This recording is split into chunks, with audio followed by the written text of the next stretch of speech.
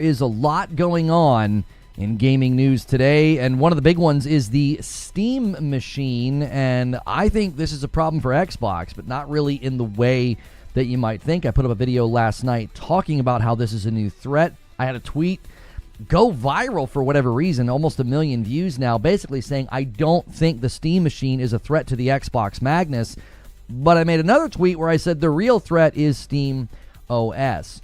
There's also some other things to cover, like the Horizon MMO, which is skipping PlayStation and kind of skipping PC. It's basically mobile only, which is a little bizarre. The same day that a Ratchet and Clank mobile game was announced, both games being received a little bit differently. I'm going to end the previous stream where we were hanging out in morning coffee and bring folks over with Redirect. That's a great reason to become a member to the channel. You can start the day with me in morning coffee and kind of get ready. You can also submit questions. That's something that only members can do. So feel free to do that right now as I kind of talk through some of the things here. Now, it might seem like I'm being a little contradictory by saying that I don't think that the Steam machine is a threat to the Magnus, while I'm also saying this is a problem for Xbox, okay? And the reason I think this is a problem for Xbox is because they are getting first to market. And I'm borrowing this phrase from Brap. I thought it was a great phrase. Customer inertia is a real thing, right? I thought that was well stated. Moore's Law is Dead has a very, very similar opinion. That, yeah, this is going to be them first to market. This is going to be a problem for the Magnus. Now, the reason I don't think it's a direct threat to the Magnus is the Magnus is going to be a lot more expensive.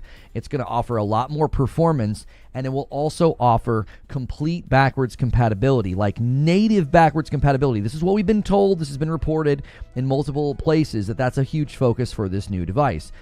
So I don't necessarily see them competing in that regard. Like somebody who wants more performance out of a machine and is willing to spend $1,200 or $1,500, essentially buying like a pre-built from Best Buy is what you're doing when you buy the Magnus. That also then comes with backwards compatibility with your Xbox library. Like that's not necessarily a device that you're pitting against the Steam machine that'll be somewhere between $400 and $600. Steam machine feels more adjacent to consoles. Like, do I want a console? Or do I want something that can have a Steam library in my living room? I obviously want all of it, right? I want the Nintendo Switch 2, I want my PS5 Pro, and I want the Steam machine. I did say that this does kind of solve a problem for me. I just needed Steam in my living room so I could play games like Hades 2 and Deep Rock Galactic Survivor without needing to set up a PC, mouse and keyboard, and all of that. So it does solve that problem for me. Does that suddenly lower the demand for the Magnus for me? A little bit, but it would be nice to play some of the games that are, requiring a little bit better performance. A game like Witchfire, for example, is a game that's currently only available on Steam that I really, really like. And it would be nice to have a machine that's more performant. And the Project Magnus, the Xbox Magnus, will offer that. It will also give me access to my entire Xbox library, something that the Steam machine's not going to be able to give me. Now, I have said that backwards compatibility has become less and less important to me in particular as time has gone on, because my backlog is just huge. It's huge. Like, I'm competing with a backlog right now. Like, the last thing I'm going to do is boot up a game from 15, 10, 5 years ago when I've got games right now that I'm trying to get to. But that is unique to me. But what's not unique to me is not building a library on Xbox. I think a lot of people spent this gen doing that. They were living on Game Pass. And if you're living on Game Pass, well, why would you care about backwards compatibility unless you have a really, really big library from the 360 and the Xbox One days that you really care about? Many people living on Game Pass the last 5 years had almost no reason to build a library because you had a litany of games, every month that you could play. So that's sort of the lead story. But there are other stories I'll be reacting to in this video, and you'll have to look for timestamps below if you're watching this later. The Horizon MMO, I've got some thoughts, and then there's the Ratchet and Clank game. I've got some thoughts, so look for those timestamps below. I want to start the day, though, talking about this Steam machine and how this is an Xbox problem. We got a little cute and funny with the thumbnail. I hope you liked it, but we're not starting the day off slow. As you can see here, I already have 81 gifted members from YouTube and 62 from Twitch, and Pathalon says, well, let's just keep the party going, and he drops a 20 bomb to get us to 690. If this hits 750, I have to do an extra segment with you guys. We will be doing a community game night on Saturday, you can join my wife and I for Arc Raiders. Now, my wife and I are going to play Arc Raiders on Friday night for everybody. That'll be like a public stream. But community game night will be reserved for members. And we'll be hanging out and playing some Arc Raiders. We'll probably just do that in the Discord as opposed to a public stream. Unless you guys can convince me it's a good reason to do a public stream. Like if Friday night kind of cracks off and we get a bunch of people hanging out, maybe you could compel me to do the Saturday stream public. We'll see. We'll see how it goes. We don't like to do segments on the weekends that it can hurt the channel, basically. So we may do that in the Discord. All right? We'll see. What are you guys saying? Got the gifted sub before the stream, but thanks to whoever it was. Yes, there were gifteds happening during morning coffee. So, listen, guys, go through the ritual and hit that like button. Try and get us to the first 100 likes. Use the question command. What do you guys think about this thing? I'm going to guess the Steam Machine will be 700-800. The Xbox will be 800 to 900. Both of those guesses are not in line with anything that I've heard from the people who are very much in the know. Moore's Law is Dead says it's going to be between $400 and $600 based off of stuff that he's speccing out and the pieces that they're using for the Steam Machine. This is something he did professionally before. This is something he's done before. And a 50 bomb comes in from Flyers on Twitch. On Twitch. Watch, the alert's different. Boom. The 50 bomb is Kratos. We better see some farty bombs over there. My son calls 50 bombs farty bombs because anything that has to do with farts is hilarious to him. And 50 starts with an F, and that's good enough for him. So, better see some farty bomb emotes on Twitch to celebrate the 50 bomb from the man himself. Flyers, long-standing supporter of the channel, met him and his son in person at one of the conferences. Super nice guy. Even spoke to me on the phone back in the day to help me out when things were not good. Super swell guy. Black Dawn with 7 months renewing their Prime. Thank you so much for keeping your Prime with me. And Twitch is now in the lead over YouTube. Nicely done, Flyers. And my chat is broken. My combined chat doesn't work whenever that happens. Let me see if I can fix it. I can't get it to work. It's completely busted. I can't see what you guys are saying. And a 5 bomb comes in from Siege Master, and a 10 bomb comes in from Broken Earth and gets the goal. Now we're working on stretch for, I don't know. I don't have one. And a 50 bomb comes in from Pathalon Phoenix on YouTube to get us to 800. I need to see if I can go into the platforms and tell Twitch to not show me when people gift. I don't need to see that. Gift bombs ignored. Yeah, it says gift bombs should be ignored, but they're still coming through. Like, I can't see what you guys say when someone goes that crazy on Twitch. Oh my gosh. It just started working again, Flyers. And a 50 bomb comes in from Flyers on Twitch. He's ready to go to war with YouTube. Holy mackerel. It's 166 to 163 between the two platforms. My chat's still broken. I can't get it to work. He just did another 50 bomb as I got it working again. There it is. I got it working. Okay, that's the trick. I just have to close and reopen. I thought I had to wait. Okay, I fixed it. I have fixed it. Holy mackerel. We're not even having a show right now. I'm trying to talk. Can't even have a show. Thank you, really, genuinely. I don't want to sidetrack the show, but like, is from the bottom of my heart, the way you guys support this channel is unmatched. It doesn't exist anywhere else on any of these platforms. We are, as Jaffe said, I'm a mega channel. I do not have a mega channel. I do this full time to provide for my family, and we've been rebuilding for 5 years, and it's been freaking tough, and you guys have made it possible, man. Thank you. These platforms can just be super unreliable, but you guys are reliable. So I try to be as reliable as I can. I try to be here live as often as I can. We expect you in a suit. You want me to do the suit again for Friday night? I mean, that's fine with me. I actually have a really, really fancy one.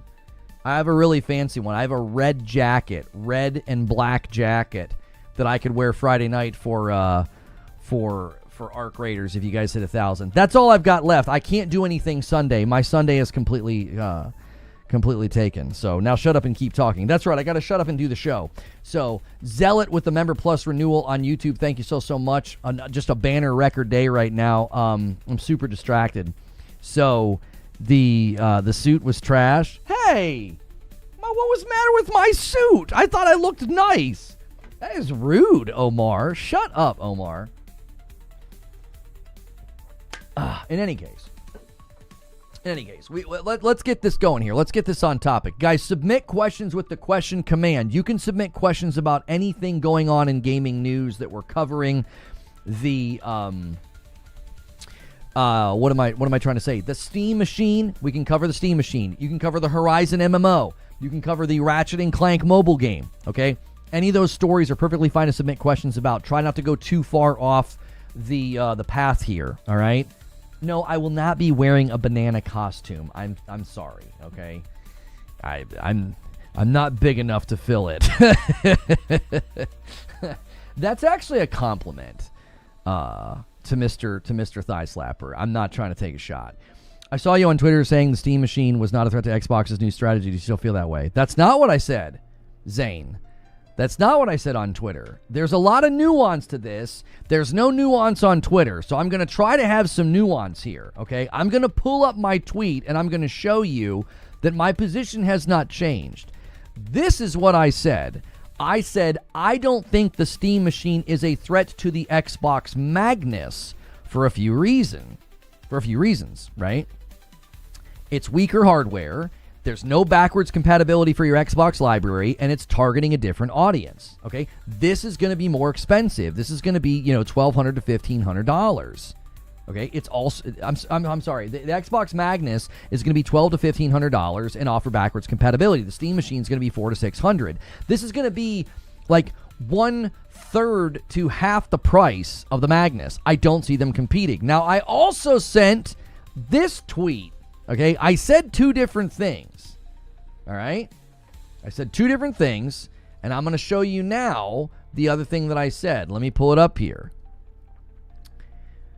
This is the other thing that I said. I think this is the real threat. Wait, why did we ban that person? Yes, sir, we back, but your voice is powerful? Wait, did Mr. Chosen just get timed out by Nightbot? Oh, okay, he didn't get banned. My combined chat said that he got banned. I'm like, why did he get banned? He's here all the time. Okay, you're not banned. You just got timed out by Nightbot. I thought you tried to post a link, Mr. Chosen. I thought you got banned. This, to me, is a completely different conversation, boys. SteamOS is the real threat to Microsoft's plans. Microsoft said in a video, Sarah Bond says, we want Windows to be the biggest gaming platform. And Valve is like, we would like to have a word with you about that. Like, do you see how their user base is so monstrous? If they can get adoption rates very high for SteamOS in pre-built Steam machines, if they can get like OEM Steam machines like built by Asus and other people, you could literally see a strong presence in the market from Steam with their OS. That is a direct threat to what Microsoft wants to see happen. Microsoft wants those MAUs, those sweet, sweet MAUs. They want as many people as they can on Windows. This is why the Magnus doesn't represent future hardware efforts from Microsoft. Like, that's why I said, like, I don't even think they have high aspirations for the Magnus to sell. Like, it's not going to sell 30, 40, 50 million units. If they touch 10 million units, they're probably going to be happy with that because it's going to be expensive. You've spent an entire generation selling people a $300 Series S and also selling them the best value in gaming with Game Pass, and then you're going to turn around and ask that user base to drop $1,500 on a PC hybrid? That you're not going to sell nearly as many units as you've sold consoles in the past. You'll sell a fraction, and I think Microsoft is okay with that. That's not their goal. Their goal is not to have a strong hardware presence with the Magnus. The Magnus is meant to be one more access point for for people to stay in their ecosystem with their backwards compatible library and have access to their stuff. Like, they want you in their ecosystem. They want you on Windows. Now, that's why SteamOS is the real threat. Because I want you to think about something. If Xbox sees the Magnus as their first shot, okay, as their first shot at this, to say, okay, I tell you what we're going to do. We're going to introduce the Magnus, and we're going to have this better version of Windows OS that's console-esque. They might have the same idea. Like, yeah, let's get some OEMs out there. How they just had Asus make the ROG Ally. Sarah Bond made it sound like the future Xbox hardware is going to be very similar to that. Now, I don't think that's her saying, like, we're not going to make the Magnus. I think what she's saying, though, is like, this is kind of what we're going to be doing going forward. So it stands to reason, I think, that Magnus could be one of a couple PC hybrid console things that feature this Windows OS that's been stripped down.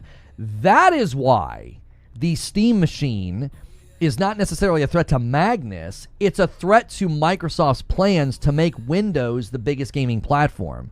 SteamOS is going to be standing there saying, we're less bloated, we're stripped down, gamers love us. I just thought of this.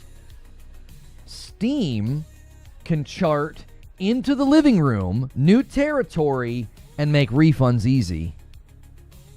They already make refunds easy, right? Like, they make refunds possible, I should say. I don't think it's easy. It is easy once you know what to do. I think it should be right there in your library.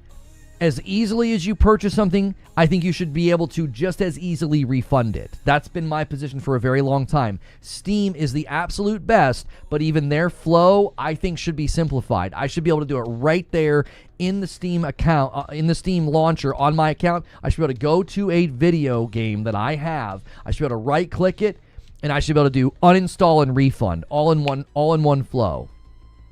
If they bring that to the living room, that's a huge win for gamers, because that could be pressure to put on the consoles to be like, hey, well, actually, I think the government should do this. I don't think we're properly protected as consumers. I don't think we are. We're not properly protected from bad game launches. They could bring that to the living room. That's a great win. So you've got a box in your living room. You can buy games and refund them if they're bad. And Xbox doesn't let you do that. PlayStation doesn't let you do that. Now, you can harp at them and get your money back sometimes. Like, sometimes PlayStation will let you do it. Sometimes they won't. Sometimes people get them to make an exception, and sometimes they don't. Xbox seems to be a little bit easier to get refunds, but even then, they seemingly limit how often you can do it. Gamers are so ingrained in their console ecosystem, I don't think PlayStation and Xbox players are interested that much in the system. I don't think I agree with that, Pathalon. I think there are a lot of console users that love the idea of a simple box for their living room. Just doot, plug it in, boop, I'm playing. Like, I think think about how many gamers watch these showcases. They watch Summer Game Fest. They watch Future Game Show. How many times does a trailer finish and we're like, frick, it's only on Steam? That looked so cool. It happens a lot. Just the other day, I got on my soapbox about exclusives. And what did I say? I said, listen, these ideologues that act like exclusives are bad and anti-consumer, you'll never see them berating or attacking, AA studios and indie studios who only make games for Steam. There's an ocean of games that only come to Steam every single year, and no one ever complains about that. Well, console users are very attuned to that. We know, because I primarily play on console, we know that there are hundreds of games a year that only go to Steam. Not even hundreds, it's probably thousands. I think there are lots of console users that are like, if the price is right, homie, I'm adding that to my entertainment system. $400 or $500 and I can play Hades 2, and you can play Deep Rock Galactic Survivor on Xbox, but for the longest time you couldn't, and you can't play Deep Rock Galactic Survivor right now on the Switch 2 or the PS5. I primarily play my PS5. I don't want to turn on my Xbox to play Deep Rock. Like, I don't use my Xbox anymore. So that solves that problem. I've got my Steam library right there. I can play Witchfire. I can play Hades 2. I can play Deep Rock Galactic Survivor. That Entropy Blaz Blue or whatever it was called. Somebody got up my nose in the chat when that trailer hit that it was coming to PS5 and I got excited. The guy's like, you have a 5070 Ti. You could play that. Homie, I don't play in here for leisure. I play in here for you. Like, I don't come in here to relax. Like, yeah, let me go in there and relax in my chair. No, I sit on my couch. That's where I game. Flyer says good morning. Hey, Flyers, man, I hope you and the fam are well, dude. Seriously. Braden reached out and asked about playing some Arc Raiders.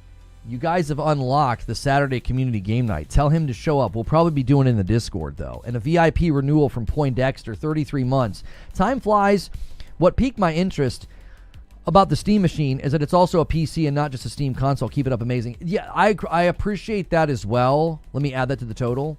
That they're not, like, holding back. This is something I really respected about what Valve did. They're not doing vague, weirdo, nondescript marketing. They're not like, it's a gaming box. And you're like, what the f*** is that? They call it a PC. I love that. You can install apps on it. You can install Windows on it. You can call me Susan if you like. Like, you can do that with this device. If we play Arc Raiders in Discord, can we see video? Yes. Yes. I have the ability to do that. I run a virtual camera right here in OBS and send it to the Discord so you can see what's going on. It would be like a stream, just... Listen, if Friday night cracks off and people really like the idea of tuning in to watch Madam and I play, it went reasonably well last week. If it gets momentum, I'll do a stream on YouTube and Purple. But, like, typically the evening streams don't do that well. And it's not good for the channel for me to just, like, force something. Does that make sense? Like, hey, guys, I'm going to stream on a Saturday night and it's going to be me doing something. And if it sucks wind... That's bad for the channel because then it sits on the channel until Monday, right? We have to treat the channel gently, if that makes sense. Jerry A with 12 months and Member Plus. A new challenger has entered the living room space. But yeah, I like and respect that Valve is not doing this weird nondescript marketing. They're like, it's a PC.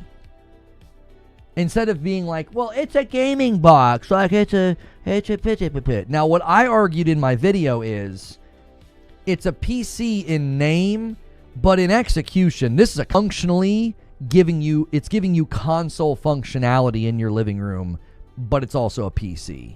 And Pathalon can't take the weird number he rolls. Did we just switch ingest servers?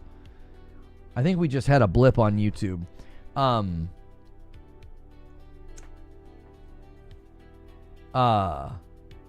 Read my last. If you watch Gamers Nexus, they literally said Valve's made it so small it could perfectly fit underneath a TV shelf, and they fought tooth and nail to not make it any bigger. I'll tell Braden about Saturday. Okay, thank you, Flyers.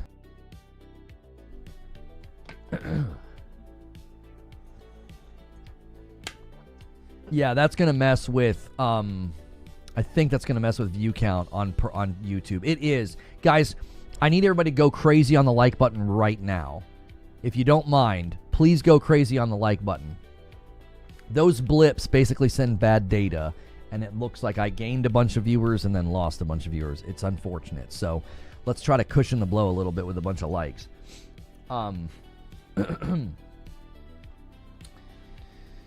What Zubair says, because Deuterino's agreeing with him. I want to see. 8 gig of RAM is an issue for AAA games. It's not an issue for $3 indies. This is a $3 indie box. And Deuterino agrees with him. You are not running high-end AI and video models on this thing, which is why you would want a PC anyway. This is why, okay, this is why I have said this is not a threat to the Magnus, because the Magnus and this device are targeting very different consumers. You've been playing Kena Bridge of Spirits. It's a good game, Lady Gamer. I think the combat leaves a lot to be desired for. Like, they made the combat better, but it's still not the best. It would have been amazing to have a team, you know, that's more adept at combat, like come over that game, it would have really helped it, because everything else was awesome. Art style was cool, graphics and sound effects were great. So if you guys are just tuning in, make sure you're hitting that like button. It takes a quick second to hit thumbs up, and it does help me. His OCD kicked in. Yeah. He had to round it out to 860. You got 3 arrow. I apologize for that. I have it set to the lowest setting, my man. I'm sorry. Nobody buys consoles because of the storefronts. They buy them for brand identifying exclusives. This will sell about as well as the Steam Deck, maybe less. Well, hold your horses there, cowboy. There's an unlisted Valve game on Steam. And we heard roughly 6 months ago, I think is the timeline. Don't quote me on this. I think it was roughly 6 months ago. Timeline's not important. What's important is we heard a little game called Half-Life 3 was in a playable state. In a playable state, family and friends were playing it. Now, I'm not saying that they would make it exclusive to the Steam machine, but they would certainly probably launch on Steam first. Maybe. I'm just saying. I mean, if you're sitting there with your PS5 Pro or your Xbox Series whatever, whichever one you have, S or X, and you see Half-Life 3 come out, and you're like,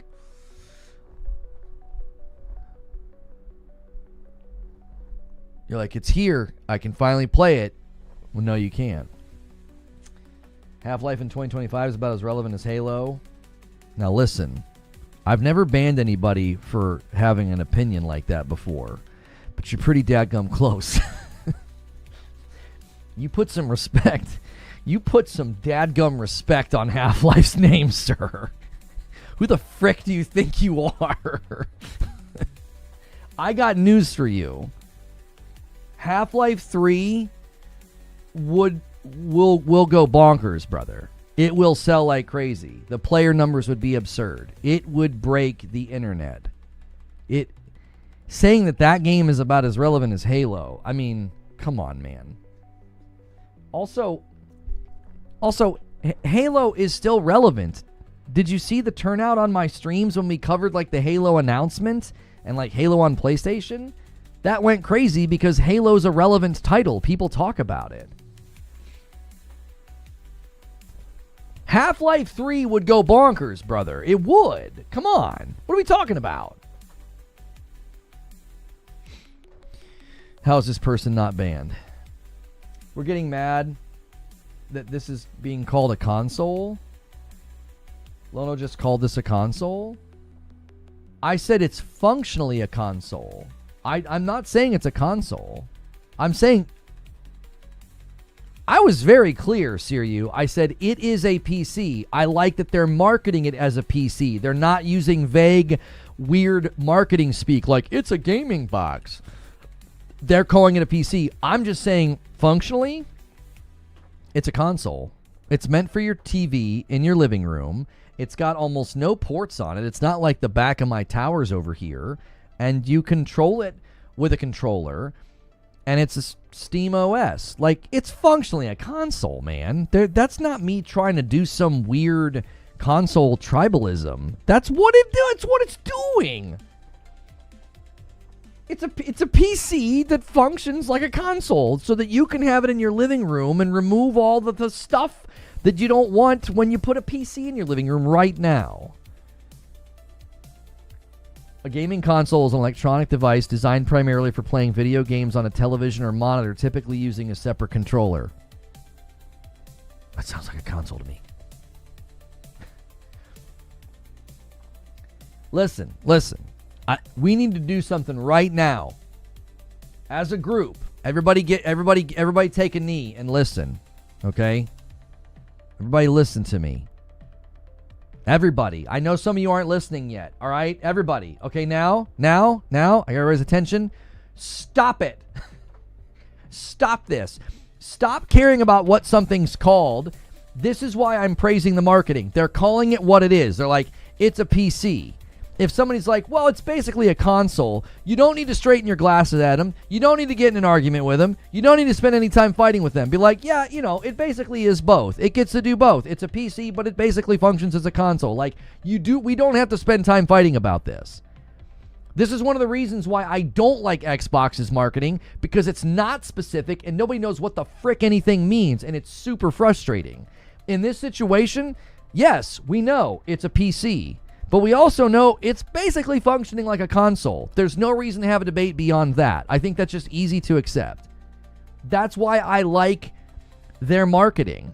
They're not doing this weird, like, what the frick is it stuff. It's like, no, it's a PC. Lono equals right. He isn't that often, but this time he is. Oh, I'm not right that often? Uh-huh. Homie, my legs are tired from victory laps this year, all right? You take it easy.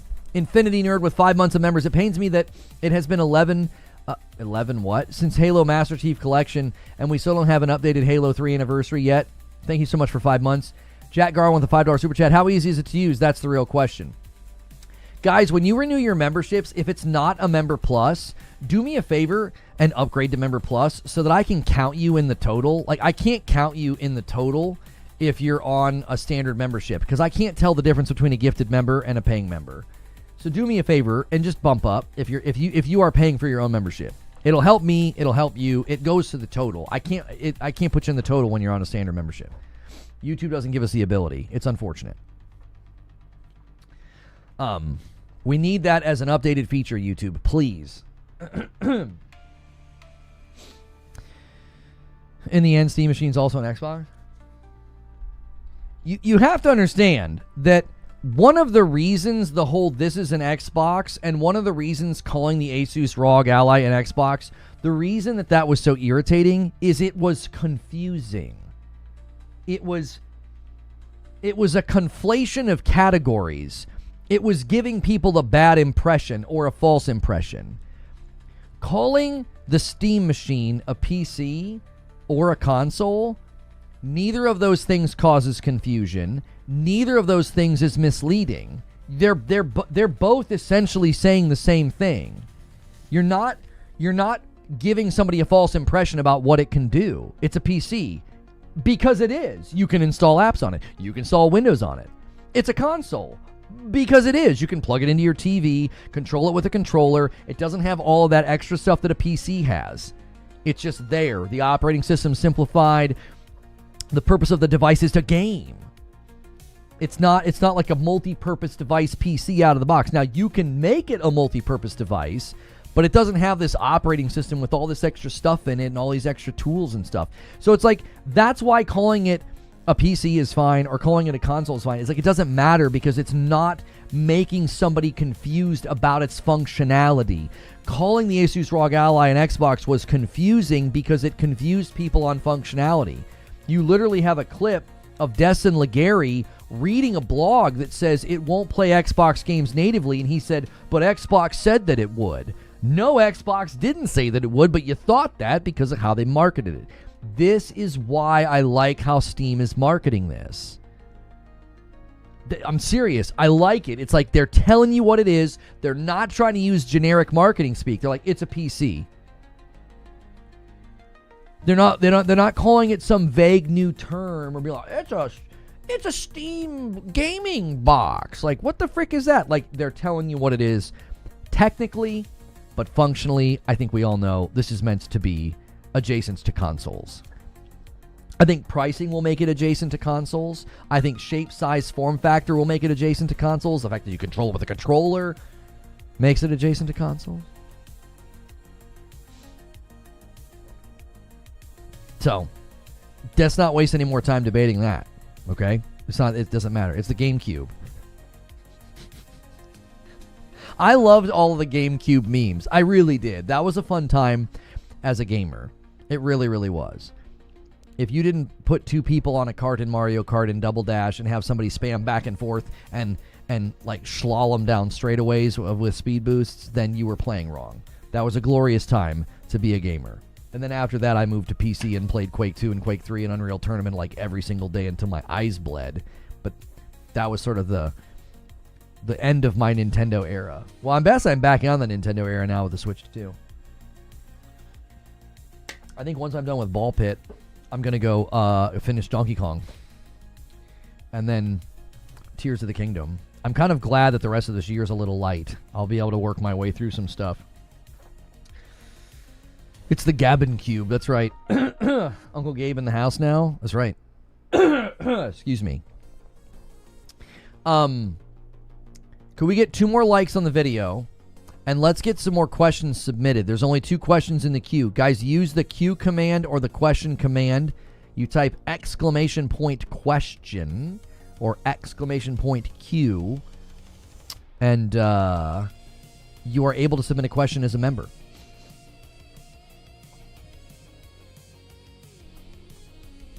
It's cute. What's cute? Do you think the box is cute? Or are you talking about something else? PC guys are angry that Valve's device is being compared to the market that they consider irrelevant or dying. That's an interesting discussion to have, isn't it? Isn't it interesting that we've been told for years consoles are dying, consoles are stagnating, you know, this is the way the industry's going, you know. I wonder how that's true when the Switch 2's breaking records, PlayStation's having the best generation that it's ever had, record MAUs, 20 to something like 30% new user acquisition, and then Valve walks in the room and says, we'd like to make something that's basically a console. I mean, I don't know. I mean, we were told that consoles were dead and dying and stagnant and they were going away. It's really interesting. I mean, with Project Amethyst and AMD and Sony working together and casting a long-tail vision for their hardware, and now Valve's getting in the mix. I don't know, man. I feel like a lot of those people were wrong. Like, maybe, just maybe, you were repeating marketing from Microsoft instead of doing, like, I don't know, actual analysis of the industry. Considering that, like, PlayStation just started pushing their console into the Chinese market. We have no idea how many, units they're going to sell over the next 5 years in an untapped market. And then the Steam machine's going to enter the field. What do you think that's going to do potentially in Asian markets or pockets of the Asian market that are dominated by PC gaming? Consoles are dead and dying and stagnant, and you can't grow. It seems like everybody else thinks that you can. It seems like literally everybody else. There's nobody left. Nintendo's pushing hard with console. PlayStation's pushing hard with console, investing in future console technology. And now Valve is like, you know what? I mean, I think we should build a console. It's a PC. Yes, it is. But who you think they're targeting with its form factor and its functionality? They're not targeting you, PC Master Race. They are not targeting you. You've got your RGB and your 240 frames and your tinkering and your edited config files. This ain't for you. A $400 to $600 Steam machine with like 8 gig of VRAM. I don't think you're the target audience, Mr. PC Master Race. I don't think so. They're putting themselves adjacent to consoles. Now, you might buy it because it's a great convenience and you've got a great Steam library and you're like, well, I can play Hades in my living room. I'm not going to try to play Cyberpunk with path tracing in my living room, but I'm going to play Hades 2 in my living room, and that's totally fine. I still don't think you're the target audience. I don't think people with like really, really high-end rigs are going to find this thing to be very compelling. Listen, and listen closely.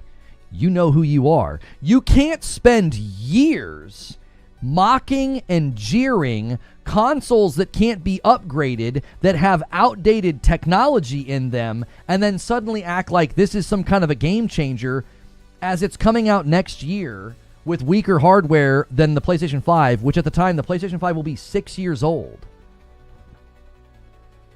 So you better be careful.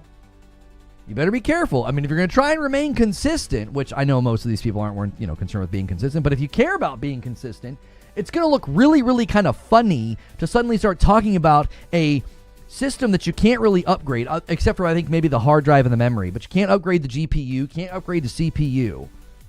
You're stuck with them. And it's going to be outdated the day it hits the shelves. I thought that was bad. I thought that was dumb. I thought that was stupid. I thought that was peasant.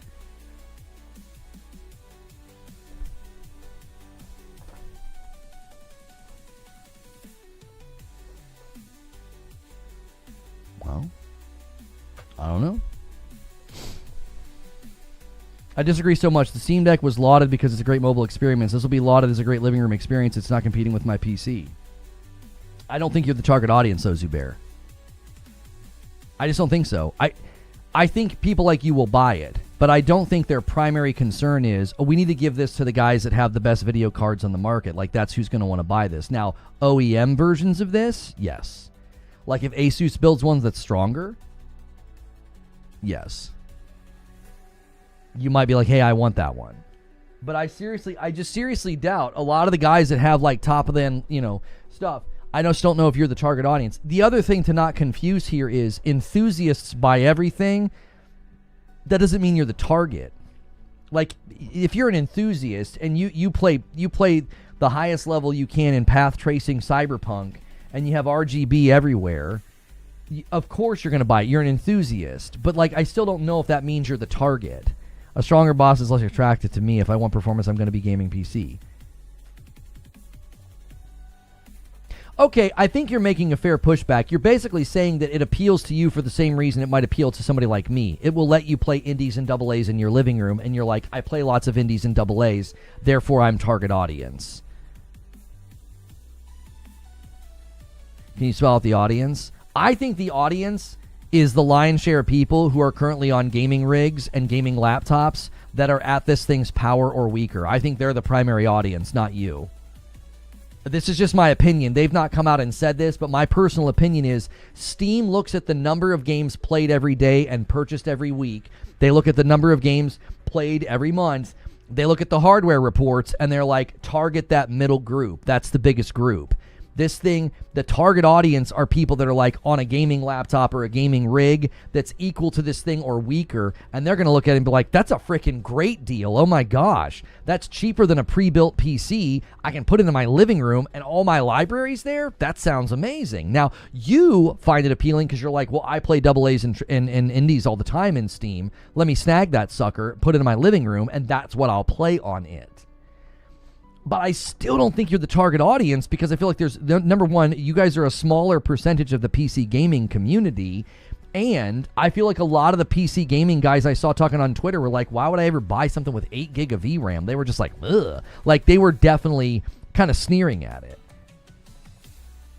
Is it trying to get people like you? I also think it's trying to get people who play on console who have always liked the idea of having a PC in their living room. I do. Console gamers will find it very appealing. Hang on, I got some people to thank. I missed this one. Sean 4050, gifted a member on YouTube. Thank you. Reckless Gambit renewed for 41 months. Consoles are dying. Lol. Thank you so much for renewing. The Steam Machine is coming out to the market of console gamers that always said, I just want it to work. I don't have to worry about the software side or my GPU. It's cutting out the console market as a pre-built starter PC. It's an introduction to PC gaming to pull people over. I don't think they're trying to cut out the console market. People that are like, oh, this is a threat to PlayStation 2, to PlayStation as well. I'm like, I don't think so, because it's going to be weaker than a PS5, which is 6 years old when this thing comes out. Like, I don't think Valve's trying to cut in on that. Like, next year, you're entering into, like, the final couple of years of PlayStation, and then they're going to be marketing a PlayStation 6. I don't think Valve's ever going to be trying to come out and, like, have a knockdown, drag-out fight with, like, Nintendo or PlayStation. I also don't think they're trying to beat the Magnus. I think they're trying to get their operating system into more hands so they can grow that footprint. I think that's the bigger battle and bigger threat here is SteamOS. I don't think they're in, like, a hardware battle with PlayStation. They're not even in a hardware battle with Xbox. I don't think so. I think they see an untapped market to grow their operating system and to expand their reach. I don't think they're like, yeah, we're going to try and beat PlayStation and Nintendo. I don't even think they're trying to beat Xbox. I don't.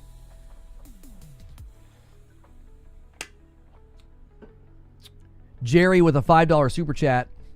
If the price is right, this could be complimentary device of those with the newest PCs. Fair and true. I still don't think that the target audience is people with high-end PCs. Let me make my point. Raphael with 18 months in the VIP. Thanks for all the great content. Thank you so much, guys. Make sure and check your renewals. Check the like button. Check all the things. Click all the things, guys. Thank you so much for being here today. Let me check something as well. We're going to start looking at the I'm going to start looking at the questions here in about 15 minutes. About an hour in is when we typically look at the questions. I just want to check something really quickly. Oh, wow. No, yeah. We're having a great day, and it's because of you guys. We're still, still low on a couple of things. It doesn't matter, though, because you guys are crazy. The support is so strong today. Thank you for being here. Thank you so much for renewing your membership, Alex. He says, debating in holding off on the Steam machine in favor of the inevitable Steam Deck to OLED. I have the docking station. Think about it. I don't know. Funny box. Okay, so I'm picturing PC Master Race, best card, all the stuff. That's what I'm picturing. Thank you so much, Flyers, for gifting a sub to Fran over here. I appreciate that. Very, very kind of you to do. Okay. I'm picturing somebody like that. They've spent, let's just say, above $2,000. I'm not going to get into a pricing discussion with you guys because, like, the guys that straighten their glasses and go to PC Part Picker and they get all upset. I'm not going to do that. So let's just say over $2,000. They're not getting like a pre-built for, $1,200 or $1,500. They invested time and money, and they built a really nice rig for more than $2,000. Okay. I just picture somebody like that looking at this and being like, it's not going to have the hardware and the performance that I look for. The people that I've interacted with that talk this way, that build this way, that posture this way, they just seem like they would turn their nose up to this. Now, I will say, they also commonly have a whole lot of loyalty and love for Gabe and for Steam. So they could certainly be like, hey, I love Steam. Having Steam in my living room to play a game like Hades 2 sounds like a big win. $500 or $600. Well, that's no skin off my neck. I put $2,000+ in my PC. What's $500 or $600? Like, as an enthusiast, that's not a lot of money to you. It isn't. If you're an enthusiast and you got a really nice PC, a $500 Steam machine to you is like nothing. You'd be like, yeah, I'll buy one. But I still just feel in my gut, the target audience for this is that people in the middle. They know how many people have, mid-level or low-level PCs. They know how many people play AA's and AAA's. Like, they know that audience is huge on Steam. Huge. I feel like that is the biggest audience.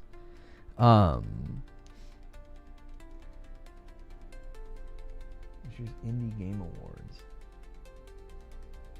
Congrats to senior editor Mike Straw for being selected as a judge for this year's Indie Game Awards. Is that something that Insider Gaming is doing, or is that something separate that he's been elected to? Trey Gaming with 9 months and a member plus says, as a console gamer who's only ever played who's never played on PC, I'm definitely looking over the fence at this Steam machine for all the reasons you said. Blessings. Thank you so much. We're exactly 10 members away from 875, where I owe you guys another member. Low Spec Linux Gaming says, it's more performant than my current desktop.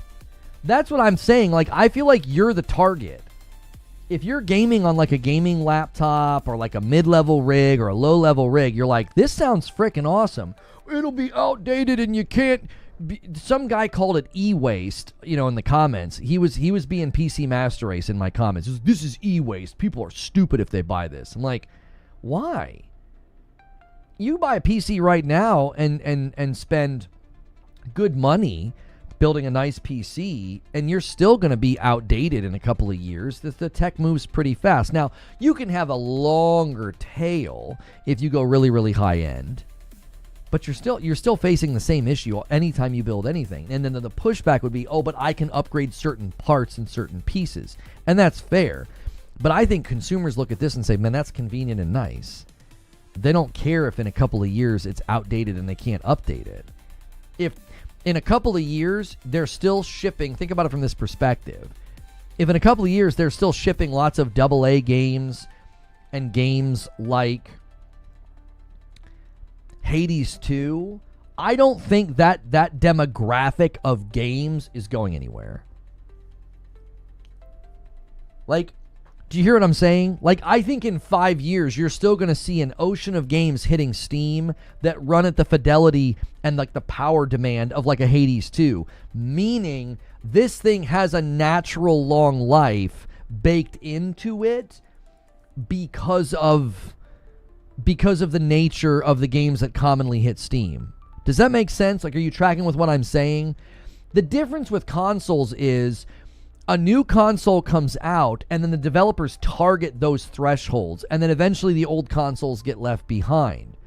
I think in 5 years, you're still going to see games like Mega Bonk and Hades 2 and Deep Rock Galactic Survivor. You're still going to see those level of games hit, meaning your Steam machine gets its life sort of extended by that if that's all you're really buying it for. If you're mainly buying it to play a game like Hades 2, you're fine. I don't think that demographic of games are going anywhere. I don't think you're going to like blink and be like, well, you know, Hades 3, you need like a really strong PC to play it. Like, I don't think that's a reality that's coming for the PC gaming landscape. I actually think that's one of the reasons why, when you look at the hardware reports, there are so many people on mid-level and weak rigs, because the vast majority of games that they try to play or buy or they consume, they don't need a really strong rig. Does that make sense? Like, I think the hardware reports are dovetailing with the games that ship on Steam. It's like, you don't need a really strong rig to play Among Us or Repo. That gives this thing longer life. Hilly says, the target audience is Steam users with a library. It doesn't matter what hardware they're rocking. For some, this is an upgrade. Lots of others, it's just an access point. Gavin with €5 says, I play PS5, but I've been thinking about getting a deck or a dock for the occasional PC exclusive. I was hoping something like this, though. I'm sold. Yeah. I mean, I think someone in your position, it's like it's a perfect solution. Yeah, games like V Rising. Exactly. I don't think games like V Rising are going anywhere. I think in 5 years, you're still going to see tons of games hitting the Steam marketplace like that, meaning the Steam machine gets a long natural life because of that. Like, nobody's buying this and saying, well, I'm going to try and play Cyberpunk and turn all the settings up to max. Like, that's not like the goal of the device.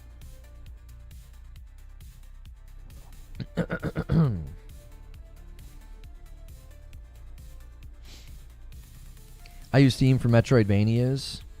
That's an excellent genre to use Steam for. Metroidvanias are awesome. If they can keep the price of the 512 model between $400 and $500, it'd be perfect for specs day one buy. Let me see how many questions we have. In about 8 minutes, I'm going to start Q&A. Get those questions submitted, boys. And also, try to get us to 300 likes. We've had such a great turnout today. That is so helpful in the first hour to have such good support from y'all. I know it might not seem like it means much, but it means a lot for you to come in and immediately hit that like. And also, guys, some of you have already tried it.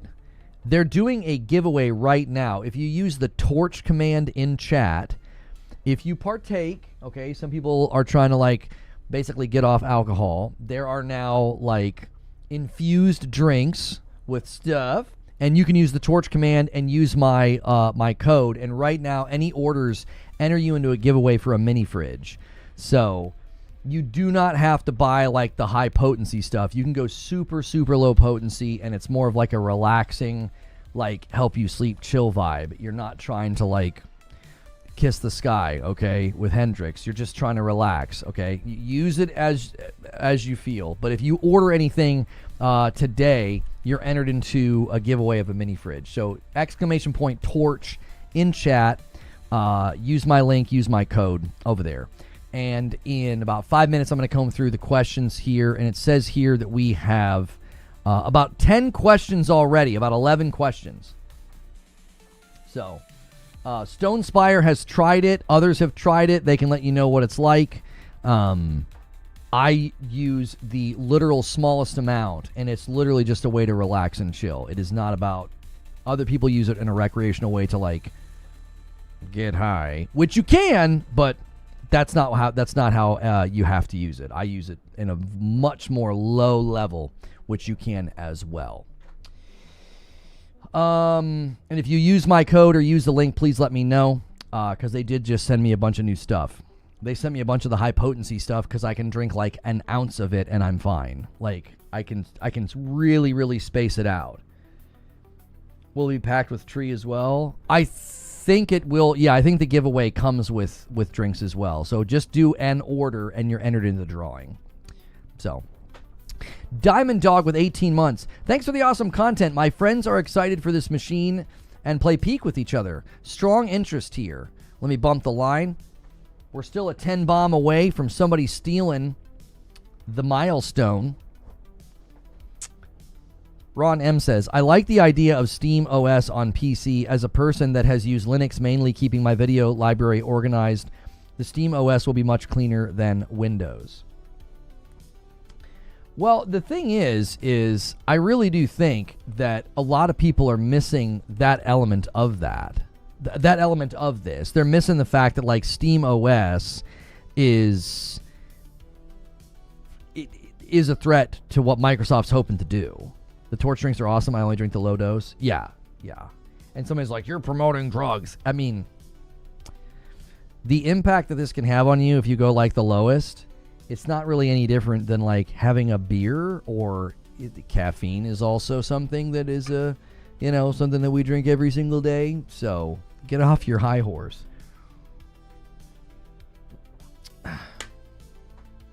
What was the thinking on the 8 gig of RAM? Oh, the 8 gig of VRAM? Moore's Law is Dead seemed to think that AMD was trying to get rid of stuff. And, Valve is like, well, we'll buy a bunch of those stuffs that you have. Like, I'm really simplifying it, but that's essentially what Moore's Law is Dead said. Like, that's probably why some of these pieces and parts are in this. That's why the power threshold is where it is. They were not trying to sell, like, to make something that was going to be, like, super expensive to make, and then you got to pass on those expenses to the consumer. Does that make sense? Yeah. If you're in a line of work where you can't partake, I understand, Matt. The times are a-changin', so eventually that might not be a thing. But for now, yes, it is. I'll support this over Magnus. I prefer to do business with companies that don't blatantly lie to me and constantly pivot direction. I could see a lot of people feeling that way. That, like, they feel like they need to... Or they feel like they trust Steam more. They feel like they trust Valve more, kind of a thing. So, we're almost an hour into the broadcast. We're going to be going to the questions soon. If you guys are a member or a sub on either of the channels, be sure to submit questions if you want them featured in the content. PC road to 1,000 FPS. So, Valve scared? I don't understand that sentence. We got people out here saying that they are going to buy a Series S Pro for games that don't move the market. For as great as karate survivors of the world are, it ain't no one buying the device. I'm trying to understand your position here, Corey. So what you're saying is you're saying that they're not going to sell a lot of units of the device because you're saying the games don't move the market. Okay. I feel like that's a bit of a shadow box because I don't think anybody is saying it's going to sell a bunch of units because these items, these titles move the market. I feel like what people are saying is, wow, this is a really convenient thing that a lot of people have asked for a very long time. Oh, and also Steam has an enormous user base. You just need a percentage of them to take an interest in this thing. Like, Steam's user base is gargantuan. So you just need a percentage of them to be like, $400 or $500? Yeah, I'll buy one. I got news for you. This thing's going to be hard as frick to get when it comes out. I'll tell you that right now. Demand's going to be high for this. It will. Get off your high horse. Get it. Yo, Feed, you're in the chat somewhere, Feed. I saw you talking, and I forgot to say hi. Hello, Feed. Can't play every game. Oh, you mean like it won't be able to play games that it's below min spec on, FCAT? Is that what you're saying? $20 super chat from the OA says, after years of investment, Xbox finally is not in third anymore. Now they're in fourth. Stop. LOL. But seriously, he says Steam has all the metrics. They built it to the majority of their audience. High-end PCs are the minority. I don't think they just built it to the majority of their audience. I think they built it to the majority of the games that ship as well. I think it's a combination.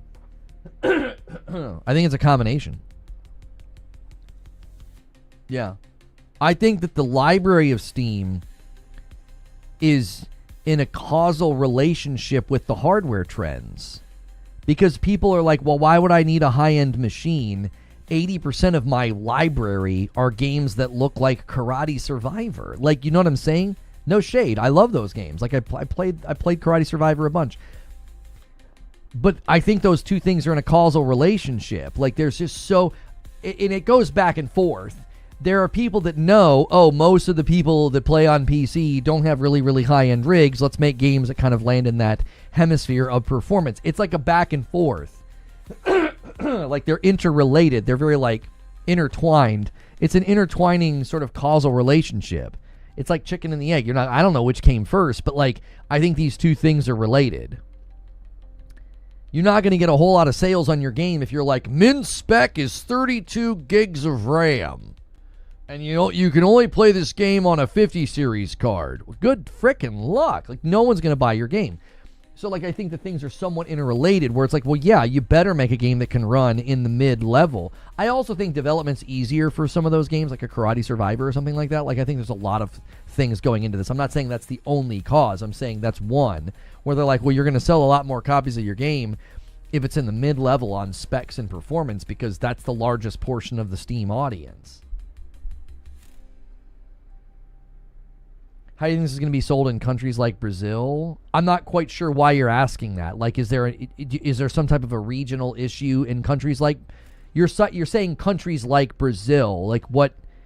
Is there some kind of an issue there with consoles or PCs that I'm unaware of? What's the minimum GPU typically used for recommended games on PCs nowadays? I'm not sure. Jesse says, I think a lot of people are going to be very happy with the PlayStation and the Steam machine. PlayStation's for AAAs, the machine that they're made for, and the Steam machine for indies and deals. And Zubair says Jesse knows the score. I tend to agree with you. If you guys aren't aware of this, I'm not affiliated with Lego at all. It'd be amazing to be affiliated with them or partner with them. But did you know that you can go to the Lego store on your birthday and make a free minifig? This is not sponsored or anything. This is just sitting on my desk. And I think you guys should know this. It's fun, and it's not at all childish. It's fun. Recapture some of that mirth and joy in your life, and go do something fun on your birthday. Go to Lego and make a little minifig. I went and did this with my daughter because our birthdays are like a day apart. I went very festive. Look, it's me. It's me. My beard's not quite that gray yet, but it's me. I'm ready for the holidays. I'm on my snowboard. I don't snowboard, but I have coffee in my hand and a little hat. I actually have a hat like that. You should totally do that. Do that with your kiddos. It's a super fun, free outing. Just do it. And they're so cool. They're so kind to the kiddos. They'll give them like a passport. They'll give them stickers. They'll give them stuff. Take your little kiddos on their birthday to get a minifig. Take yourself. Do it. Treat yourself. And while you're in there, maybe you buy something because you're like, oh, I'm in here, right? maybe I'll drop $500 on a Star Wars Lego set. I mean, I'm here after all for a free minifig. Brazil has a huge user base, and they plan extremely low spec machines. This might level up the minimum spec there if priced right. Handheld gaming, wasn't there stats about PC hardware in China that's also trending toward the middle and the low end? You get this thing selling You get a lot of, if you can ship a lot of units to China, I mean, you could do very well there. You sure it's not sponsored? I promise you I'm not sponsored by Lego. I have to divulge that. Like, that's literally, I could be fined if I'm sponsored and don't tell you that I'm sponsored. Like, that's against, like, there's like regulatory statutes about that. You can thank Xbox for that. I'm not kidding. They paid people to promote the Xbox One and it wasn't divulged. And so now it's regulated and you have to say when something is sponsored. Even product placement. Just this, well, this is mine, so it's a little bit different. But my glasses, because they're Gamer Advantage, I have to mark this as a sponsored stream because it has product placement in it. Like stuff sent to me for free. Like when I go like this with the Sprecher can, which did you guys know they have mini cans now? This is like a stupid commercial all of a sudden. I'm not trying to do that. But they have mini cans at Sprecher. Look at this adorable little can. It's no, I'm not suddenly gigantic. This is a teeny little 7-ounce can. See, this is perfect for me. I'm not a big soda drinker, so when I want to have a soda, this is perfect. This is all I need. Look at that. That nice little can there. You can use the I think what is a soda command? I think we have a soda command. Anyway. I'm not lying. I pulled up eBay, loser. Infinity Nerd, settle down. Why are we out here calling names? The PS5 digital is $500. The Pro isn't $750. Both without tax. You're lying. The PS5 digital is $500. The Pro is $750 without tax. You're lying. Wait, what's Infinity Nerd saying? Why are you telling me he's lying? Pros are $800. PS5 Slim is $400. Also, you can get a used one for $360. I don't think he was talking about eBay. I think he was talking about the other prices that you outlined. With your tiny hands, that's a tiny can. Yeah. Mm-hmm. Do you know what tiny hands can do that all hands can do? They can slap your fucking mouth. That's what they can do. I'm kidding. I wanted to stay in character longer for the clip, but I couldn't. I'm sorry. I couldn't. It was too good. Oh, gosh. A $20 super chat from the OA. Madam, don't start telling on me. Jiminy Christmas, the minute I say something a little sassy, you're going to get my wife? You're going to call her? You bunch of pansies? A $20 super chat from the OA. About the Brazil question, Steam games are way cheaper here than PlayStation and Xbox games. And you're right. I will for sure buy the Steam machine to play the indies that I wanted that never came to PlayStation. So, you live in Brazil, the OA? I know a Brazilian. And everywhere he goes, he is known for the food that he makes. Is that like a thing? That's like a common thing in your culture? Because like anywhere he goes, people are like, oh, you moved away and all the food's just not the same anymore at this retreat that we do. Is that like a cultural thing? You know, y'all are about the food. If I moved to your city, you wouldn't be like, oh, I'm so glad you're here because of the food that you make. You know what I mean? Like that's not something that's really like cultural here. I mean, it could be in certain parts of the country, like if you go south for like barbecue and stuff, but like it's just not the same. You do? Yeah, okay. If you're ever in town, then you know you can make me dinner. Every culture is all about the food. Maybe. Some cultures don't transplant that way, though. Like, everywhere he went, that's what he was known for, right? I've had friends from Kenya. I've had friends from Korea. I've had friends from Germany. And that's just not something that is as common. He's the second Brazilian I've known that's like that. Like everywhere they go, they're known for food. Like they make food, they invite you over for food, they bring food to events, and people are like, it's amazing. Now, my Korean friends made us bulgogi, which was amazing. But that's not like a thing that they did as often as the Brazilians that I've known. Okay, let me pull up the questions here. If you guys haven't hit the like button yet, do me a favor and do that. First question submitted by Broken Earth. What if Xbox's hardware plan is going to a PC hybrid that includes being able to swap parts? That I do not see happening.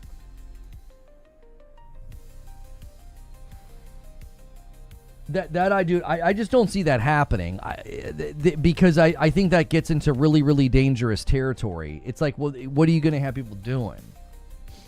You're selling to a market that doesn't really do that sort of thing. You're like, yeah, you can pop it open and, put a CPU in there. Like, I just don't think so. I also think that's harder to keep the cost down. Hang on a second. Excuse me.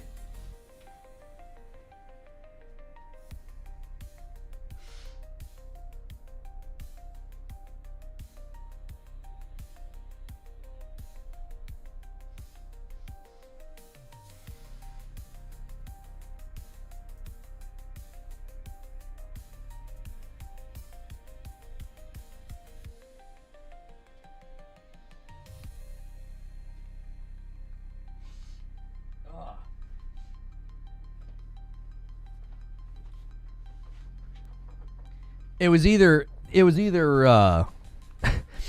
blow my nose or I was going to sneeze for like the next 20 minutes. Sorry. It's like, there's no way I can get through Q&A right now. Thank you guys so much for tuning in. We're talking about the Steam Machine. There's other things we're going to talk about. Don't worry. There's other things that we're going to talk about. I want to talk about the Horizon MMO. I've got some pretty strong opinions about that, but I didn't want to completely hijack the Steam Machine conversation and have us going 18 different directions. So let's get through some of these questions. I do not think Xbox hardware plans will be to have a device that you can, like, swap parts. I just don't think so.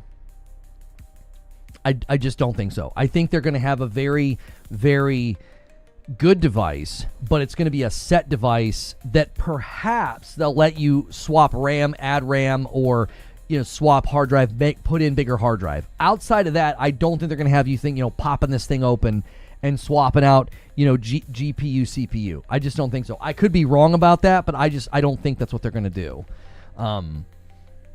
I think that's a solid prediction. Feel free to push back. Feel free to disagree. But I feel like that's a pretty solid prediction.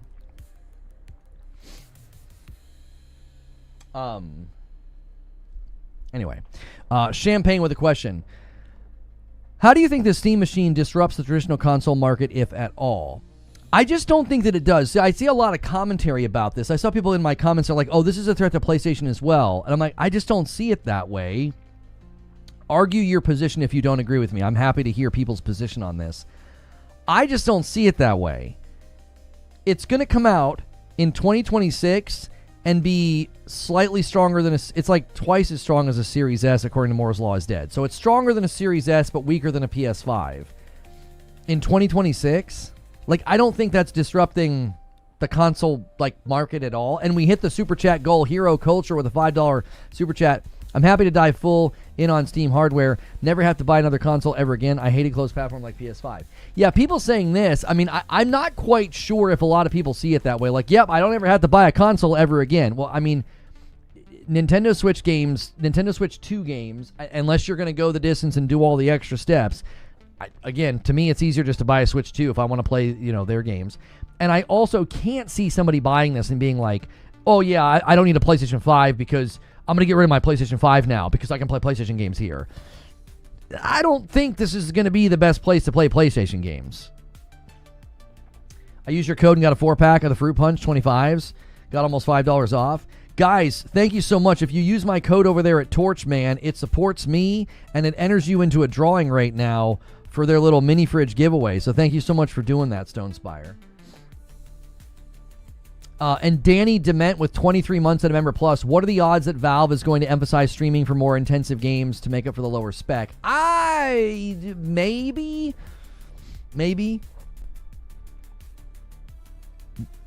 The only thing that's upgradable in the system is RAM or hard drive. That's it. That's correct, Jake. But yeah, to just push back a little bit, Hero Culture, if that's what you want to do, that's fine. I don't think a lot of people are going to do that. I don't think there's going to be a bunch of people that are like, well, it's time to get rid of my PlayStation. I don't need it anymore. I'm going to buy a $500 Steam machine and I'm going to play PlayStation games on a weaker system. Like, I just don't think that's going to happen. Now, if maybe you've always sort of felt that, like, oh man, I really want a PlayStation so I can play those games in my living room, and now you can. Maybe if you've always sort of been on the fence or been like holding back, like, I don't want to buy a PlayStation. But like, when the PlayStation 6 walks out into the market and is showing off, I don't know, Spider-Man 3, or like next year when they start showing off Wolverine, I don't think you're going to say, I've got my Steam machine, I'm just going to wait. I just don't think so. Lido says, thanks for the gifted sub. You're welcome from whoever gave it to you. I'm not sure who gave it to you. For people talking about anti-cheat, unless it's kernel level, SteamOS should support all existing anti-cheat. If it doesn't, the devs will change that with saturation. Yeah, I'm not sure how anti-cheat's going to work, but let's just think through this for a second. Is anybody going to walk away from their PlayStation library, the PlayStation ecosystem, and buy this as their central gaming system? I really just don't think so. I don't think that's a hot take. I don't think that's tribalistic. I just can't see consumers doing that. I could definitely see Xbox consumers who are on a Series S wanting this, and this becomes their primary gaming system, because to them it would be an upgrade. And if they want, they can install Windows on it. They could install the Xbox app. But I still think Xbox users are going to be setting their sights on the Magnus more because of backwards compatibility. I think backwards compatibility will be a pretty strong selling point for existing Xbox users. Now, it's more expensive. The Magnus is going to be more expensive than this, but I still think that this does not cause disruption within the console space. The only thing I could see it doing is scooping up Series S people who are like, oh, this is a bit of an upgrade, and then I can play all those cool Steam games. But they might hold back if they're like, well, but I don't want to have to deal with installing Windows or Xbox or the app to get Game Pass. Like, I like Game Pass. And if they have a library to speak of, the lack of backwards compatibility is going to be a factor, I think, that makes Magnus more compelling. Even though the Magnus is more expensive from everything that we've heard, it's a non-factor. I don't think it is a non-factor, Yanadid, because existing users anticipate next gen. Like, PlayStation users know that PS6 is coming. Xbox users know that there's some Xbox thing coming that they might wait for. I think it is a factor in their decision making, especially if you're thinking about backwards compatibility. A $5 super chat from Iron Hand. I have tons of friends who have walked away from PS5 to PC and now say I'll wait when seeing PS5 exclusives announced. Happened with Wolverine. Okay, there's tons of people here who bought a PlayStation because they didn't want to wait for the sequel to God of War. So, like, I do not think, and this is what I'm saying to you, I'm not saying that nobody will. The question was, will this disrupt the traditional console market? No. There is no way that millions upon millions, I mean, we're talking people would have to move in droves to be classified as disrupting the traditional console space. No. No one's doing that in great numbers. No one's going to be like, I'm done with PlayStation, I'm going to the Steam machine. Not in big numbers. No way.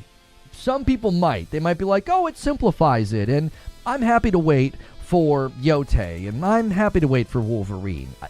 I don't think millions upon millions of people are going to do that. I'm going to leave my library. I'm going to leave all of my stuff, all of my trophies. I'm leaving it all to buy a weaker device, something that's weaker than a 6-year-old console. The PlayStation 5 is going to be 6 years old next year.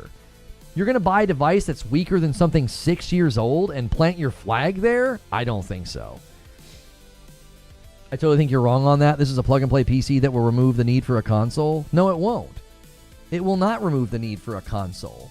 Because when the PlayStation 6 hits, and there are games that you can't play. Listen, you got to understand what you're saying, Iron Hand.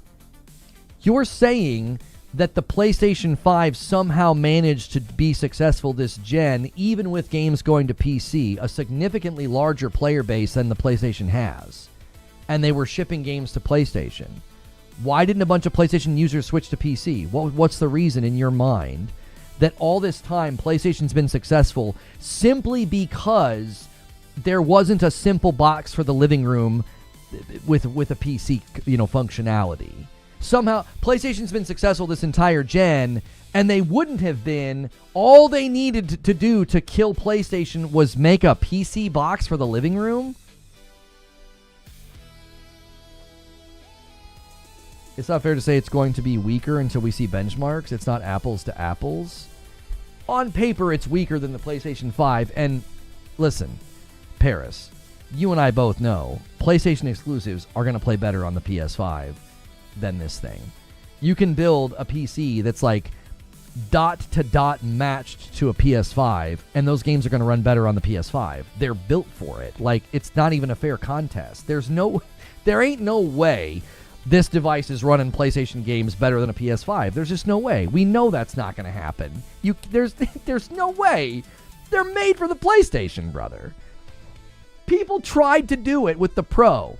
They tried to go pound for pound, and they couldn't do it. The games run better on PlayStation because they're literally made from the ground up for the PS5. Zubair says it's apples to apples. It's AMD CPU cores. It's AMD GPU cores. We know about those. That's what I'm saying. Like, I don't think you're going to suddenly see, like, PlayStation games highly optimized on this thing and, like, beating the tar out of a PlayStation. I also don't think anybody's doing that. Not in large numbers. There are 80+ million PS5s right now. 85 something million. There is not going to be a tectonic amount of people that come to this conclusion that, like, consoles are needless now. Why? I can buy a PC for my living room. What the frick? That's all you think it takes to kill the console industry, is a PC for the living room. Games will also now be made for the Steam machine. You're thinking very short term. So you think games will be made for a machine that's outdated the minute it hits the market? So games that are entering development right now for, let's say PS6 and PS5. Let's say there's like cross-gen games being made. You think those people are going to be like, well, we got to make sure and make the game for the Steam machine? Like, it's going to enter the market at the end of the gen of consoles. And then so many years after that those gens get left behind. Now, there might be like indie games, AA games that are like, hey, we need to make sure we're highly optimized for the Steam machine, right? Because you have like the Steam Deck certification. You're going to have people doing that, right? They're going to be building a game that is going to run well on this machine. If you think this machine has the ability to disrupt the console environment, I think you're underestimating how many people are locked in with Nintendo or PlayStation, and they're not going to move because you can put a PC in their living room. They could buy PCs right now, brother. PCs are there in the store. They're right there. They're not that expensive. And those things have never once made people say, well, I don't need a console because I can play PlayStation games 2 years after they come out on a PC. Nobody's saying that. Just putting it in the living room doesn't suddenly change consumer mind on this. Like, well, yeah, now I don't need my console anymore.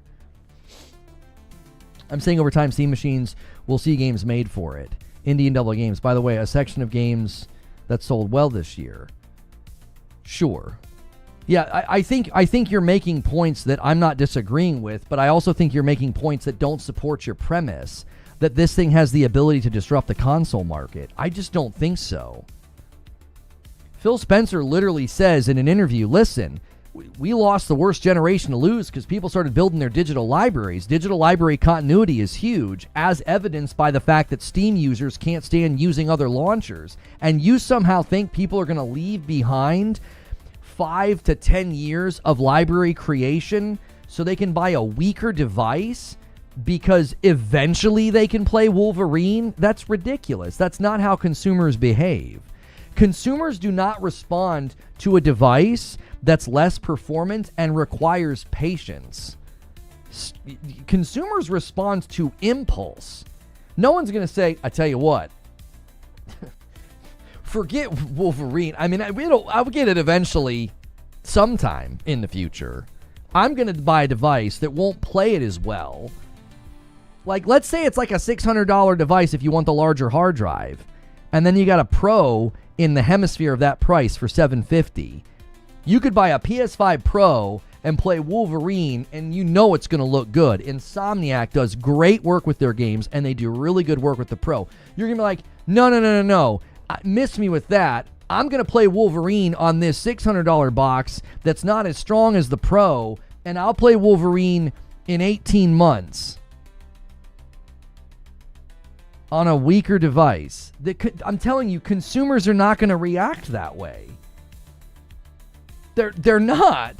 You could buy this device that's weaker than the Pro. It won't run Wolverine as well, so you can run Wolverine at inferior performance in, who knows, 18 to 24 months. We don't know when it's coming.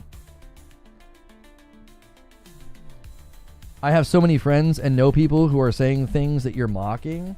That's very convenient that your position has anecdotal evidence to support it. Like, I don't know, maybe birds of a feather flock together, and you have people that have similar sentimentality to you, and they're expressing similar opinions to you. I got news for you. That is not going to disrupt a user base of like 100 and something, 20 million people are not suddenly going to throw their hands up and be like, I will buy a weaker device and wait an undetermined amount of time for really exciting games like Wolverine. You're describing a level of consumer behavior that's incredibly specific. Like, that's so specific. Like, the idea that, like, you think millions of people are going to say, I've been with PlayStation all this time, and I have this library. I'm going to buy an inferior device, and I'm going to wait to play Wolverine. I'm here to tell you, that's not a big group of people. It's not. It's not. You can see how consumers respond to these games. You can see how consumers respond to new equipment. Nobody's buying something that basically is a setback for them. Think about all the things that you're losing. You're losing your library continuity. You're apparently going to get rid of your PlayStation. So you're going to sell your PlayStation, which would allow you to play Wolverine. You're going to get rid of it. You're going to buy a device that's not as strong. You're going to buy a device that doesn't have your library. And then you're going to have to wait for that game. Like, that behavior seems so backwards to me. You're setting yourself back. Now, maybe you are super excited and you absolutely love AA and indie games, and you're like, I'll just play these for the next 4 years, and I'll just play Yote and Wolverine whenever it gets here. But what you're describing is absolutely backwards from what we know about consumer inertia. Like, I'm going to go backwards in functionality, and I'm going to go backwards in library continuity. For what reason? What's the impetus? I still think you're wrong. You've not argued why I'm wrong. You've merely stated that you know people that will do it. What's the impetus for doing that? Why would you do that? Like, explain it to me. What's the impetus for the consumer to get rid of their console, get rid of their library, buy a weaker device, and wait an undetermined amount of time? You have no idea how long you're going to wait for Wolverine. It could be 18 months. It could be 22 months. You don't know. What's the impetus for the consumer to do that? I don't understand.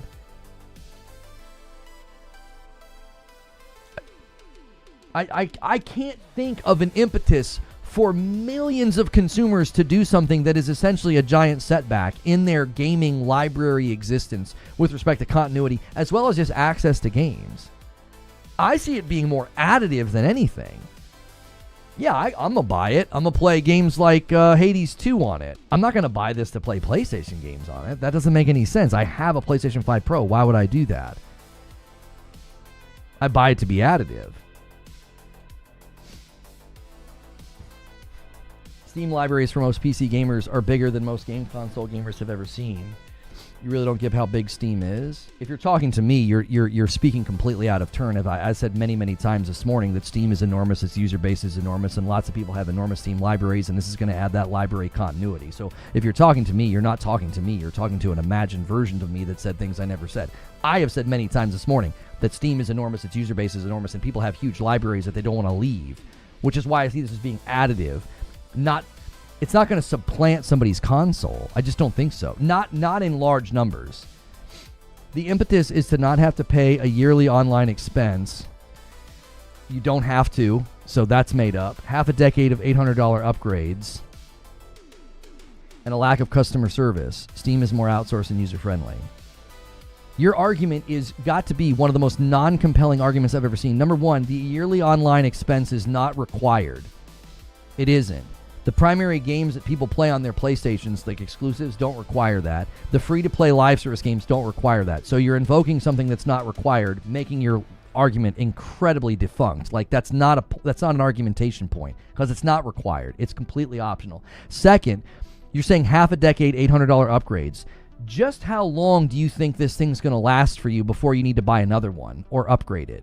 Like really think about that, brother. You're buying a device that's slightly weaker than a 6-year-old console. How long do you think it is before you feel the need to upgrade it? How long do you think this thing's going to last?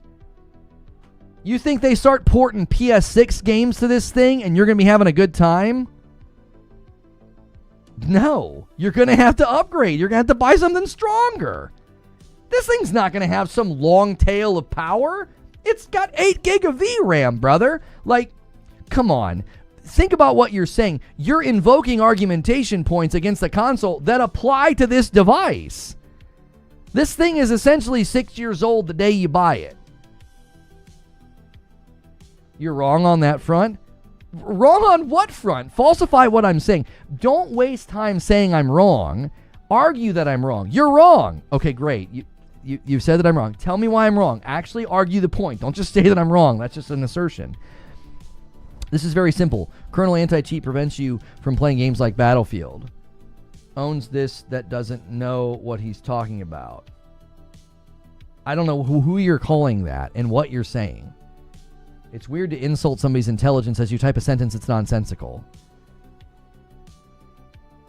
It's not weaker than the Series S or the PS5. It is weaker than the PS5. Yes, it is. It's stronger than the Series S. It's stronger than the Series S and weaker than the PS5 per every single tech outlet that has spoken on it. You're buying something that is essentially 6 years old and saying the impetus to buy it is I won't have to do upgrades every half decade. What the frick are you talking about? 5 years after you buy this, it's going to be 2031. Do you honestly think in 2031, any PlayStation ports that happen at that point in time, especially if they're PS6 games, are you insane? You think this thing's going to be able to like run a PS6 ported game well? Like, this is my problem when we have these discussions with this kind of hardware. People are talking about the hardware in another reality. Talk about it as it is. It's a nice solution. It's a PC that functions as a console. It's not really meant for high-end gaming. It's more meant from like AA indie gaming. If you're wanting really high performance, this thing's really not targeting you. If you want high performance, you're either going to buy the Magnus, or you're going to buy a nice PC, or you're going to buy the PS5 Pro. Those are the things you're going to buy if you want high performance in your living room. Like, this thing is not some long tail high performance device. It's a device that removes friction and adds convenience to your life. It's about on par with PS5 Pro and Xbox Series X at this moment. No, it is not. Not a single person that does tech analysis for a living will agree with what you're saying. That is completely and utterly false. The Steam machine is not on par with a PS5 Pro or a Series X. That is completely and utterly false. There isn't a tech outlet alive that agrees with you, because it's not true.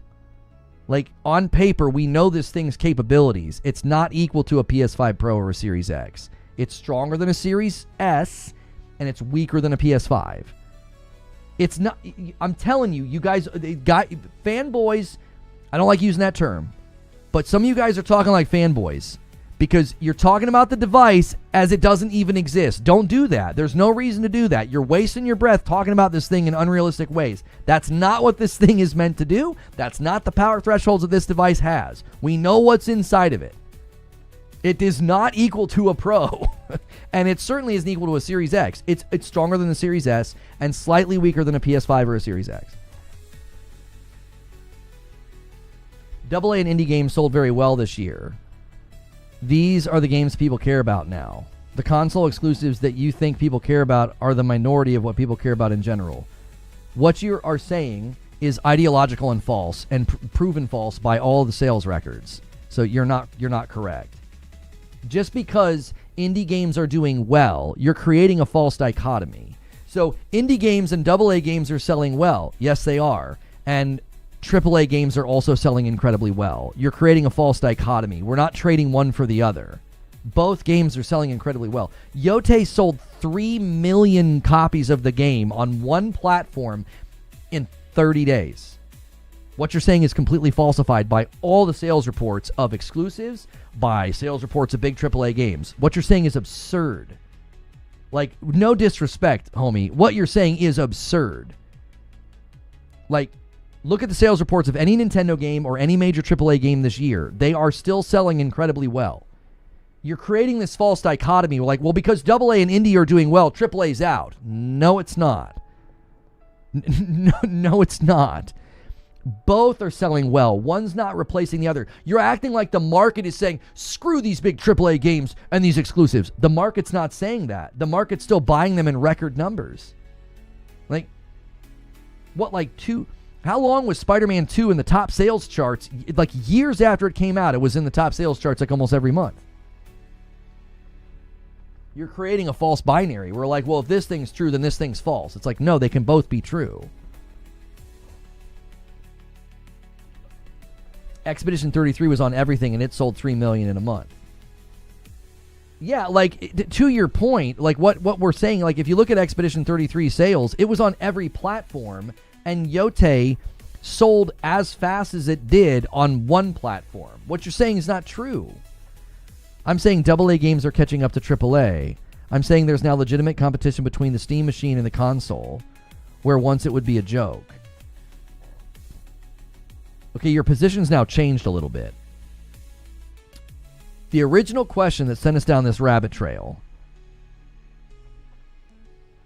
Hang on. Severin Evans with the $5 super chat says, PS5 is Zen 2. This is Zen 4. Better CPU, slightly worse on the GPU side. Not sure how that shakes out. My guess it would be it's weaker, but not by much. It's slightly weaker than a PS5. The point is, and this is a very good point that I was just going to make to Iron Hand. The original thing that sent us down this rabbit trail is, will this disrupt the console market, the traditional console market? No, I don't think that it will. A device that is essentially 6 years old, coming to the market to offer convenient access in your living room to PC games, I do not think is disrupting the console market, because the console market is running on completely different gasoline.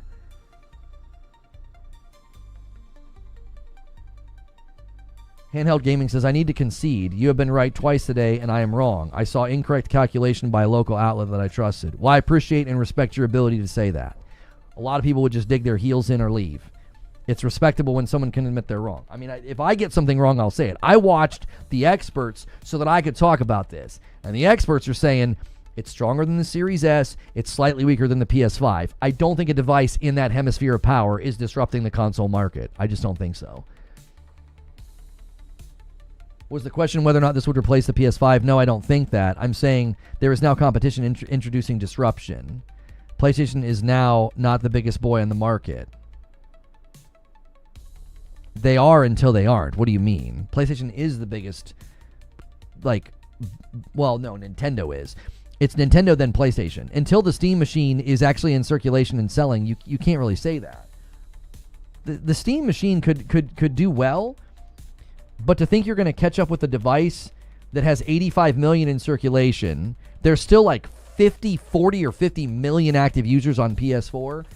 I don't know if you're just going to, you're not closing the gap. You're not closing the gap. Oh, you meant only. They're not the only. Okay. Again, Iron Hand, you got to track with the argument and why I gave you such strong pushback. Someone asked if it would disrupt the traditional market, and you're like, oh, I have friends that are going to get rid of their PlayStations and buy this. And I'm like, what the frick? There's no way millions of people are doing that. I can't see a disruption, and this is what I originally talked about, a disruption and like a migratory effect on the PlayStation user base to like act like, well, yeah, here comes the Steam machine. And again, this is why I'm telling people, you got to talk about this thing as it exists. There ain't no way that that's Steam's aspiration here. I don't think their aspirations are, we need to get people off their PlayStations and on the Steam machine. They're always going to be behind because Project Amethyst and the next PlayStation device, the PlayStation 6, is going to come out, 2 years after this thing? And it's just going to kick the snot out of it. Like, and that is not the competition. Like I'm saying, kick the snot out of it. But like, you're not, I just don't think you're going to see that as Steam's goal. I don't think that's Valve's goal. I think people are trying to make that the goal because they want, and I'm not saying you're doing this, but a bunch of people are going to do that. They're going to invoke this as their new console champion. That's what this is.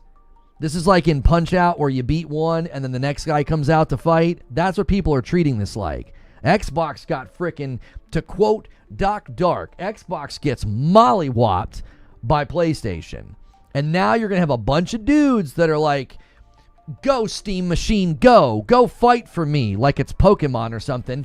And they're going to throw the Steam machine out to be like, yeah, this is going to really show PlayStation what's what. And I'm like, I don't think that's Valve's goal.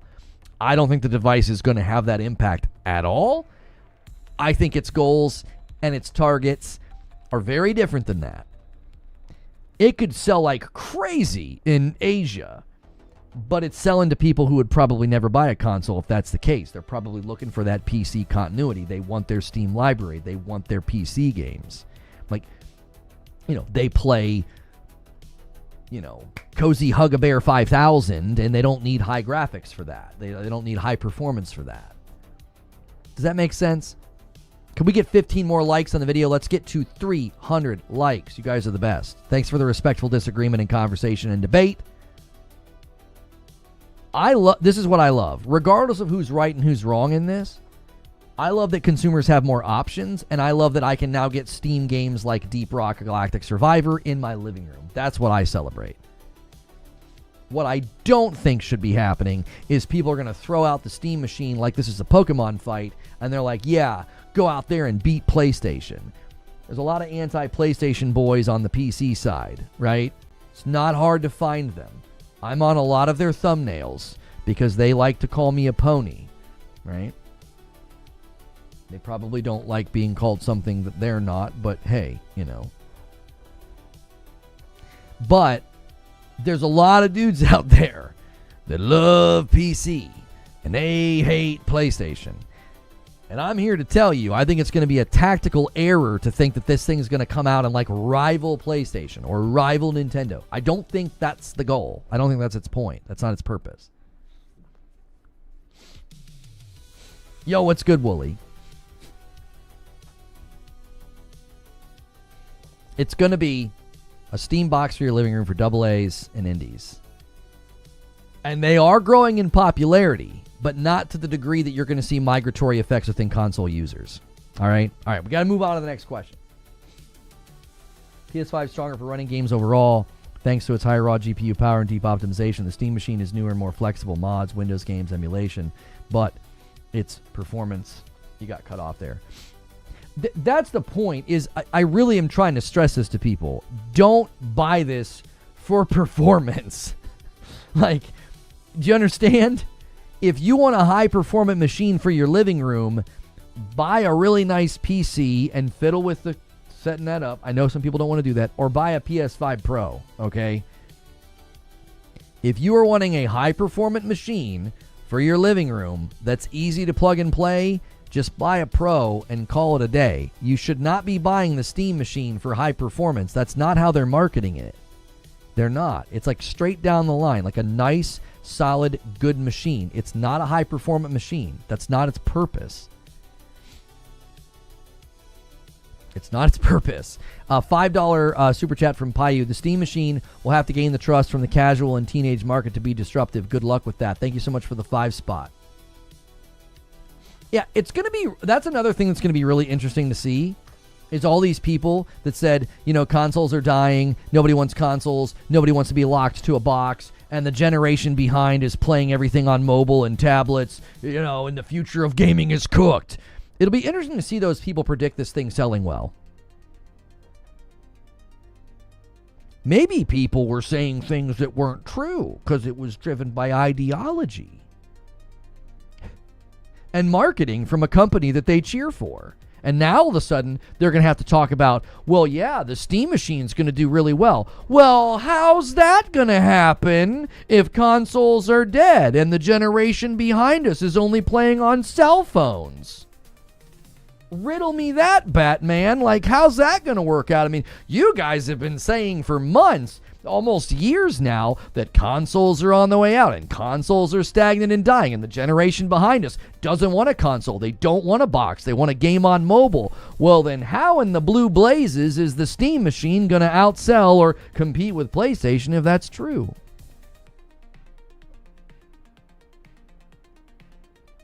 It's going to be really interesting to see how people maintain any semblance of consistency in their argumentation and their philosophizing about the gaming industry, saying all these things for months and years, and now all of a sudden you got to defend a box for the living room.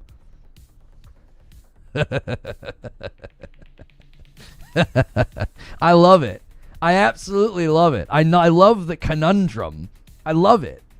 Yeah, consoles are dead, and people don't want a box, and everybody's gaming on mobile now, and cloud is the future, and blah, blah, blah. It's like, man, it sounds an awful lot like Xbox marketing talking points to me. Now you're going to have to start talking about this box for the living room is going to sell well? That's how? According to the argumentation leading up to now, Valve is really stupid. Aren't they? I don't think they're stupid. I think the Steam machine looks awesome. But according to all the argumentation we heard from people in the months leading up to now o'clock, all that argumentation, Valve looks really stupid. Because consoles are dead, dying, and stagnant. And the user base behind us, the generation behind us, they don't want a game on a box. They want a game on mobile. Cloud is the future. Man, Valve is awfully stupid to release a device that's as powerful as a 6-year-old console in 2026 if all of the things people have been saying up to now are true. Isn't that interesting? How flimsy, PR and marketing is? Because there's nothing to it. There's no substance to it. It's not actual analysis of gamer behavior or trends in the market or what's actually going on. It was a bunch of BS. And you knew it was BS when you were saying it, and the people listening to it knew it was BS when they were hearing it and repeating it, but it was a way to fight about your brand's doing the right thing. In the grand scheme of things, what everybody's been saying in support of Xbox's pivot, if you truly believed that, then Valve looks dumb. I don't think Valve's dumb. I think they're smart. I think they know what they're doing. But according to all the argumentation from the pro Xbox crowd and the consoles are going away and they're stagnant and dying and cloud is the future and nobody wants to play on a box anymore and everybody's playing on mobile now. Okay. Square that with your predictions about how well the Steam machine's going to do.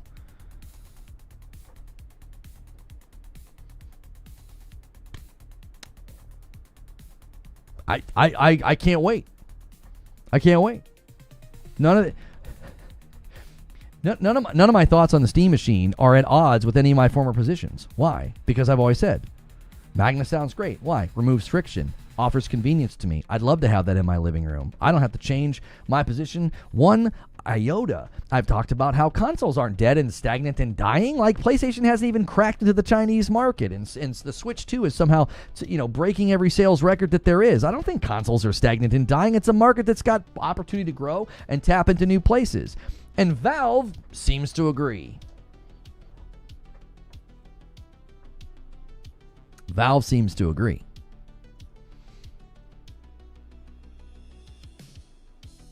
How can you say that when Xbox is doing what Valve is doing, more versatility? What I'm not sure what you mean. What you think Microsoft is doing what Valve is doing?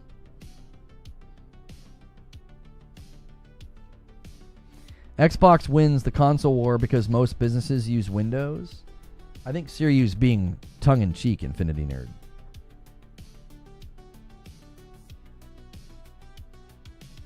I don't think he was being serious. Question from Frank Last. What do you think of Phil inserting Xbox into the Steam box announcement? Well, listen, the more I've had time to think about it, it really felt like, hey, don't forget about us. I mean, it's got it's got to feel a certain kind of way to be like, holy crap, we lost the console fight again, handedly. Well, we lost the console fight handedly. Now it's time to make a PC hybrid. And Steam's like, yeah, we already did that. And it's just got to feel a certain kind of way to be like, hey, don't forget about us. We're doing that too. Odin Arrow, I'm sorry I missed it. 30 months. So many Steam games come out that I can't play because I'm a console player. This machine feels like it's made for people like me. Thank you so much for 30 months. Let me bump the line to 868. We're now working on a goal of 1,000 members where I've got like a red jacket. I'll wear that on Friday night when I play Arc Raiders with my wife. Don't miss that. Also, guys, get in the Discord. We're going to be doing an Arc Raiders community game night. I can't promise it'll be live on YouTube. It's not like he could tweet F you for that. So he said what he said. It's just got to feel a certain kind of way. You know? Guys, double check that you've given the video a thumbs up. We only need 7 more. Pac-Man on a Bike submits a question. Is the Arc Raiders event meant to be something like Liberating the Planet in Helldivers, or is it more of just a currency dump event like Destiny? Sadly, it's just a currency dump. I was hoping that they were leaning into the, hey, let's work together vibe. They actually have a trailer that's kind of interesting as well that basically says, you know, you can work with other raiders or fight other raiders. You have to go with your gut. I thought that was kind of interesting. I feel like they're letting people know pretty consistently that, like, this game is not all about the PvP. Not that they're, like, actively working against, you know, streamers, but I think streamers are really trying to push the PvP thing and, like, treat it like a battle royale with, like, a loot table. And that's not what this game is meant to be. And I think that they're doing a good job with their marketing and with their events, firmly cementing that the identity of this game is not meant to be go up top and slay out. Like, that's not what Arc Raiders is meant to be. Are we talking free kits now? Is it free kit time? I want you to listen to me, you mother... No, we're not talking free kits, all right? They're not going to touch the free kits. They're not. They're fine. They have no effect on anything outside of early game grind or, oh, I've got this amazing route I'm running with free kits. They're not going to change them. There's no freaking way. They're having such a small impact on actual aspirational PvE. They're having almost no impact on PvP. They're not. It's frustrating to people who are PvPing on the early map because they're not getting good loot.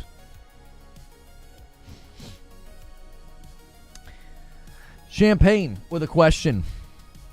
What's stopping the Steam machine from flopping like the original? Better specs, better OS, larger Steam user base. I'm trying to think about why I think this thing is in a better position. I'm going to say it this way. For the same reason that I think PlayStation is looking at doing a handheld, and that handheld will likely do very well, is because I think like the market's more receptive to the idea of a handheld than it was in the past. Even though like their one like PSP or whatever it's called sold like 80 million units. So I think that the market even back then and now even more so is conducive to those devices. I think Steam entering the living room... I think Steam entering the living room is going to be more received now, because I think people are a little bit more aware of the fact that, like, hey, wait, there's a whole lot of games over there that I can't play. Also, oh, hey, yeah, PlayStation's been putting games on Steam. Like, I think the market's just more aware. Like, the casual market is more aware. I also think that they looked at the hardware numbers and they looked at the game sales numbers. Like, to his point earlier when I was debating with Iron Hand, to his point, AA games and indie games are kind of cracking off. So a AA indie machine for your living room being sold to sort of two spectrums of the market. You have people right now that they know with their Steam hardware reports, a vast majority of their audience is playing on something that's about as powerful as like a gaming laptop. So give them a box for their living room. They'll buy it. They will. Even the high-end guys will buy it, because the high-end guys are like, well, hey, like, think about it like this. Steam knows that a lot of you homies are out here rocking a 50 series card, and you're frickin' playing Repo, and you're playing Schedule 1, and they know it. They know it.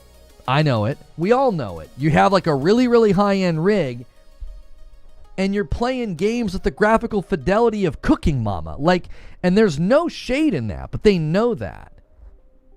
So they know, even the high-end guys are like, look, man, I get down with some Hades. I get down with some Karate Survivor. Having that in my living room would be kind of dope. They know that a lot of you guys with the high-end rigs aren't like living in path tracing Cyberpunk. Like, you certainly play path tracing Cyberpunk, but like that's not where you live.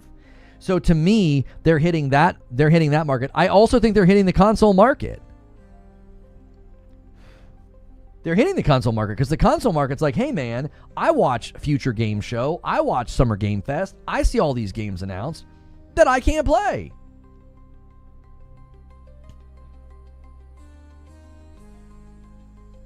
How many people here right now are plugged in enough to be like, dude, there's at least 10 games that I would be interested in, like, day one, playing on my Steam machine in my living room that I can't get on my PlayStation, that I can't get on my Xbox, that I can't get on my Nintendo Switch 2. Like,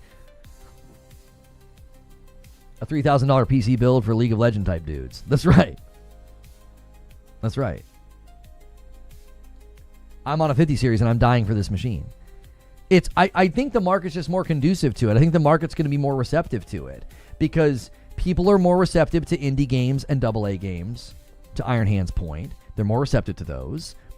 I think they're more receptive to having, more than one device. They're more receptive to having more than one library. I think people are a little bit more accepting of that. That's why I don't think people will leave their library. Everything I'm saying really bolsters what I was saying a while ago.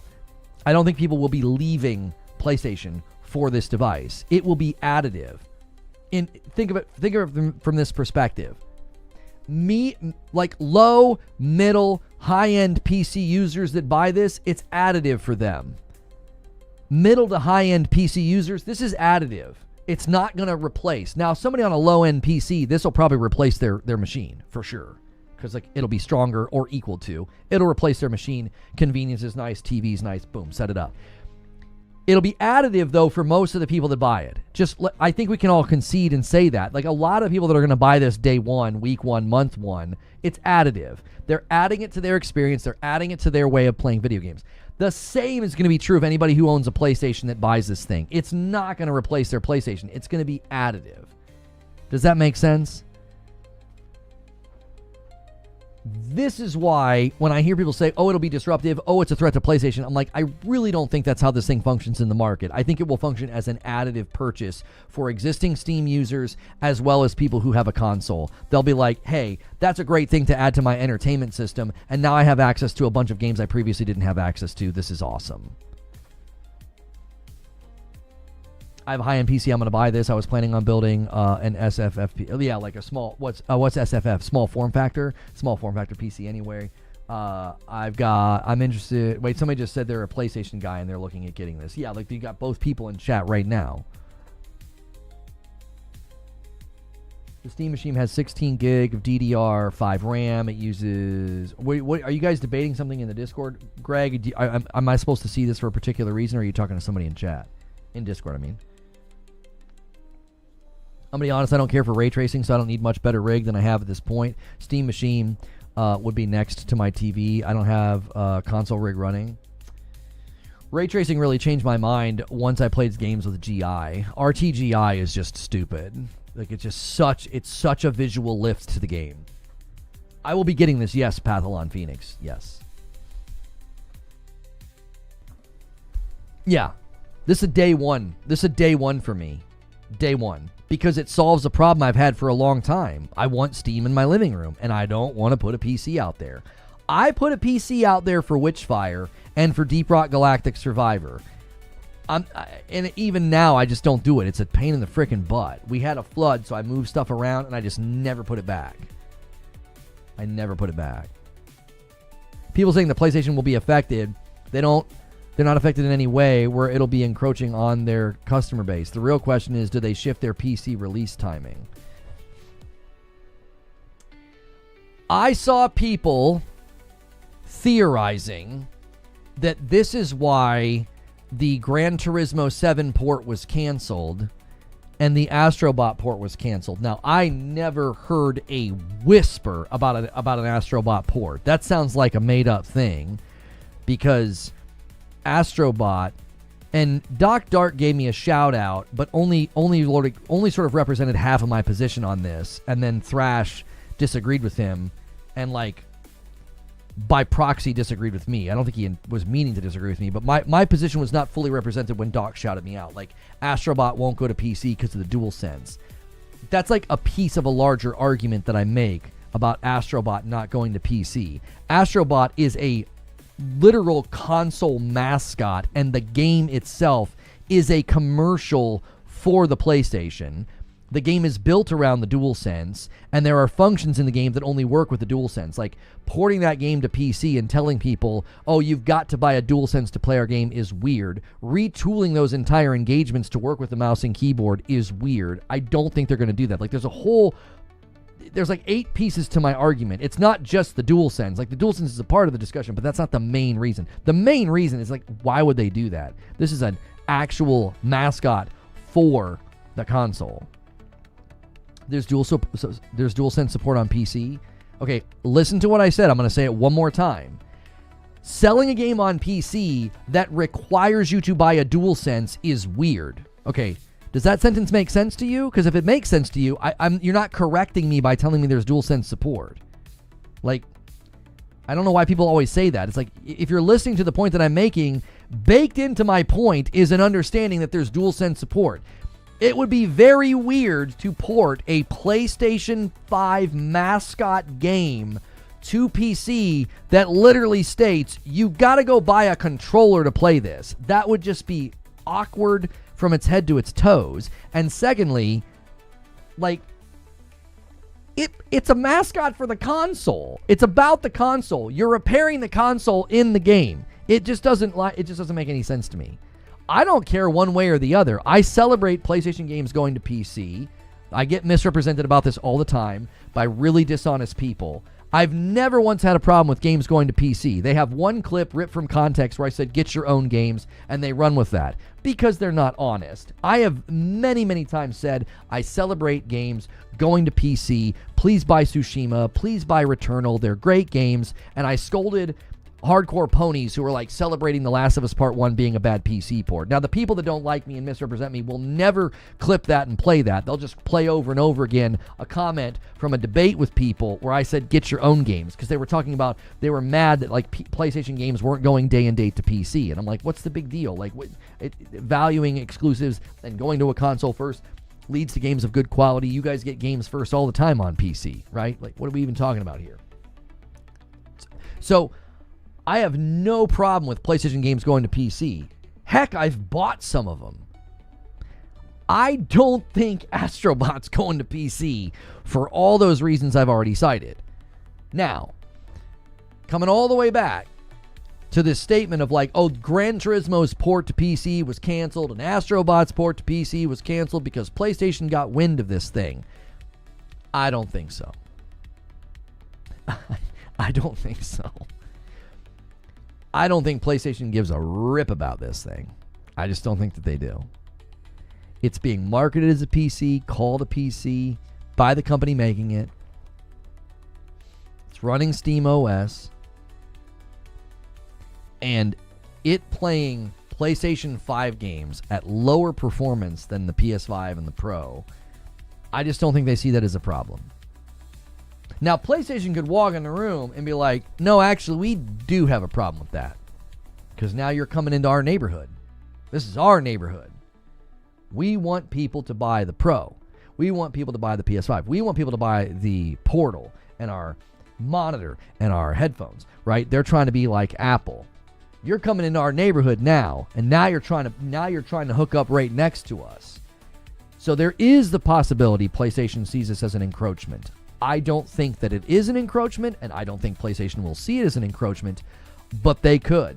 They could disagree and say, nope, that is not what we signed up for when we started putting games on Steam. We started putting games on Steam because we were going to another market, an additive market, as Herman Hulse said, where if they play that game, they might want to come play the sequel. You start putting your games on a box that's in the living room that's sitting right next to your box in the store for a similar price, and PlayStation might say, hey, wait a minute, that we don't like that. We're not a fan of that. They very, very much could have a problem with this. My prediction is that they will not. And the reason my prediction is that they will not, they didn't make any efforts to stop Steam games, PlayStation games from running on the Xbox ROG Ally X. I think that's a clear indication they don't care about this sort of thing. They don't view it as an encroachment of their business. Now, Creature is saying this would add more reasons to them making their own launcher. That's where I was going next. Recently, there was that little logo that started circulating that said cross-buy. And we speculated that it had something to do with the handheld, but it also could mean they are going to do their own launcher. And like, I have been traditionally against the idea of doing a launcher because I don't think it's a good idea. However, PlayStation might think differently, and they might say, listen, when we bring Yote to PC, it's going to be in our launcher for 6 months before it goes to Steam. Why? There are millions of PC users, and there's probably a good portion of them that don't freaking care. They don't care. They're like, I'll download a launcher to play Yote. I'll download a launcher to play Wolverine. They don't care. Like if Wolverine comes, 18 months later and you've been chomping at the bit to play Wolverine and you're like, I got to download a launcher to get Wolverine or I can wait 6 months. A lot of people are going to download the dadgum launcher because they don't give a frig. Right? There are plenty of people who don't care.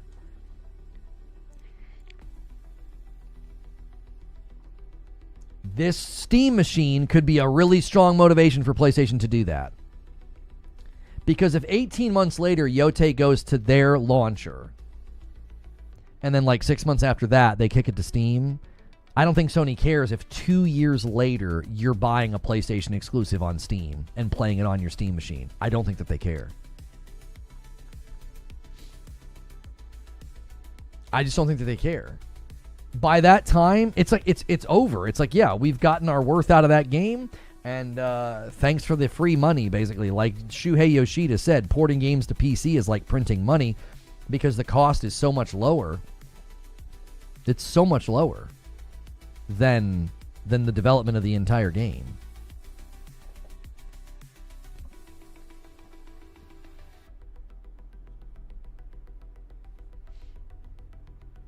Like Helldivers players didn't care when PlayStation forced PSN login.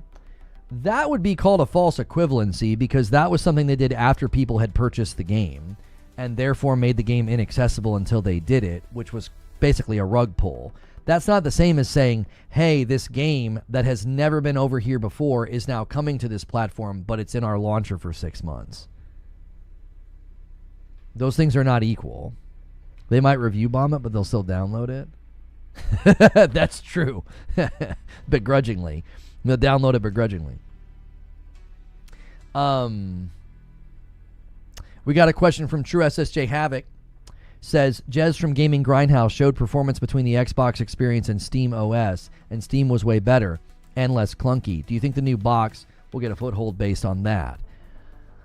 I mean, I don't necessarily think that that's something that's going to give it a foothold or not. It's certainly a selling point that, like, if you experience it, play it, or see it in action, and then you compare it, you're going to be like, oh, wow, that's much better. But I don't think people right now are going to be, like, compelled by the OS running better.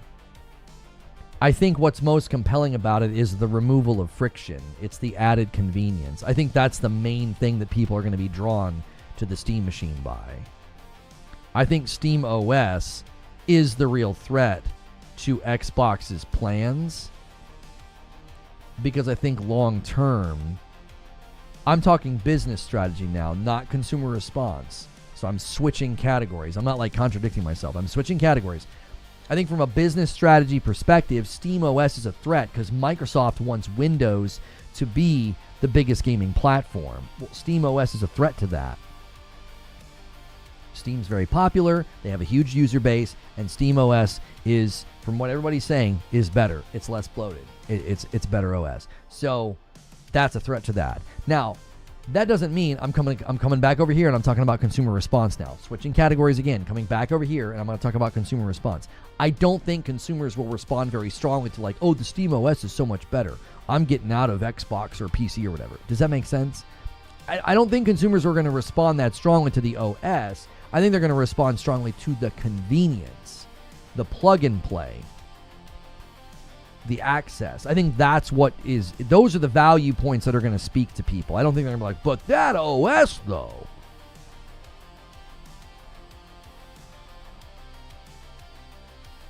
Ubisoft delays earnings report, halts share trading minutes before release. Oh gosh.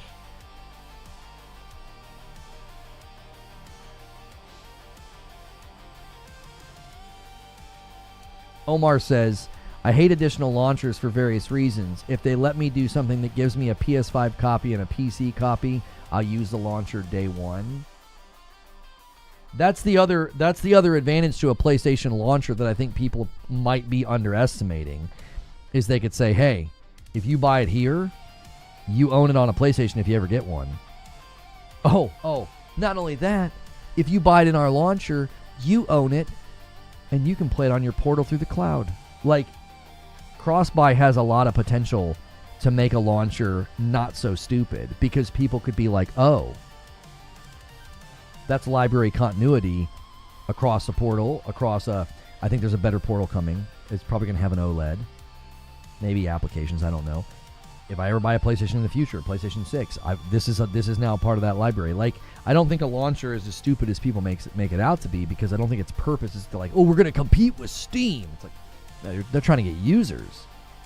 So a play anywhere strategy, I don't think it's the same as a play anywhere strategy, because what Xbox is trying to do is sell you ecosystem. Like, yeah, you can access the ecosystem anywhere.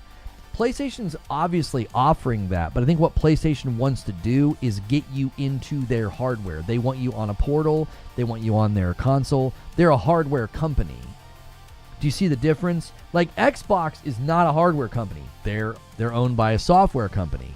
So the strategy is just get them to buy a controller, is what Satya says, right? Just get them to buy a controller, and then they can just do stuff through the cloud. PlayStation wants to give you that access so that you buy their hardware, not so that you, like, are in their quote-unquote ecosystem. Like,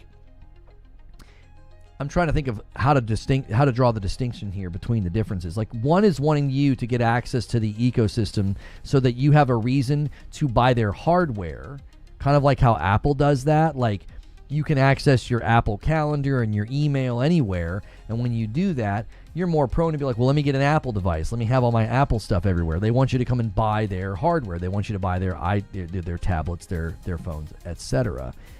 Microsoft doesn't give one hoot or a holler if you buy their hardware. They just want you in their MAU report. They want you playing Call of Duty, Minecraft. They want you in their ecosystem, because then you're an MAU, and that's not centered around hardware purchase. Do you see the difference? Like, this subtle invocation of, like, oh, PlayStation is copying Xbox. It's like, That is such a gross misunderstanding of what PlayStation's doing. If they were copying Xbox, they would be doing a significant jettison of exclusives. They would be doing a jettison of hardware strategy, and they're not. They're still doing exclusives. They're still paying for exclusives. They're still publishing exclusives. They're still buying exclusives.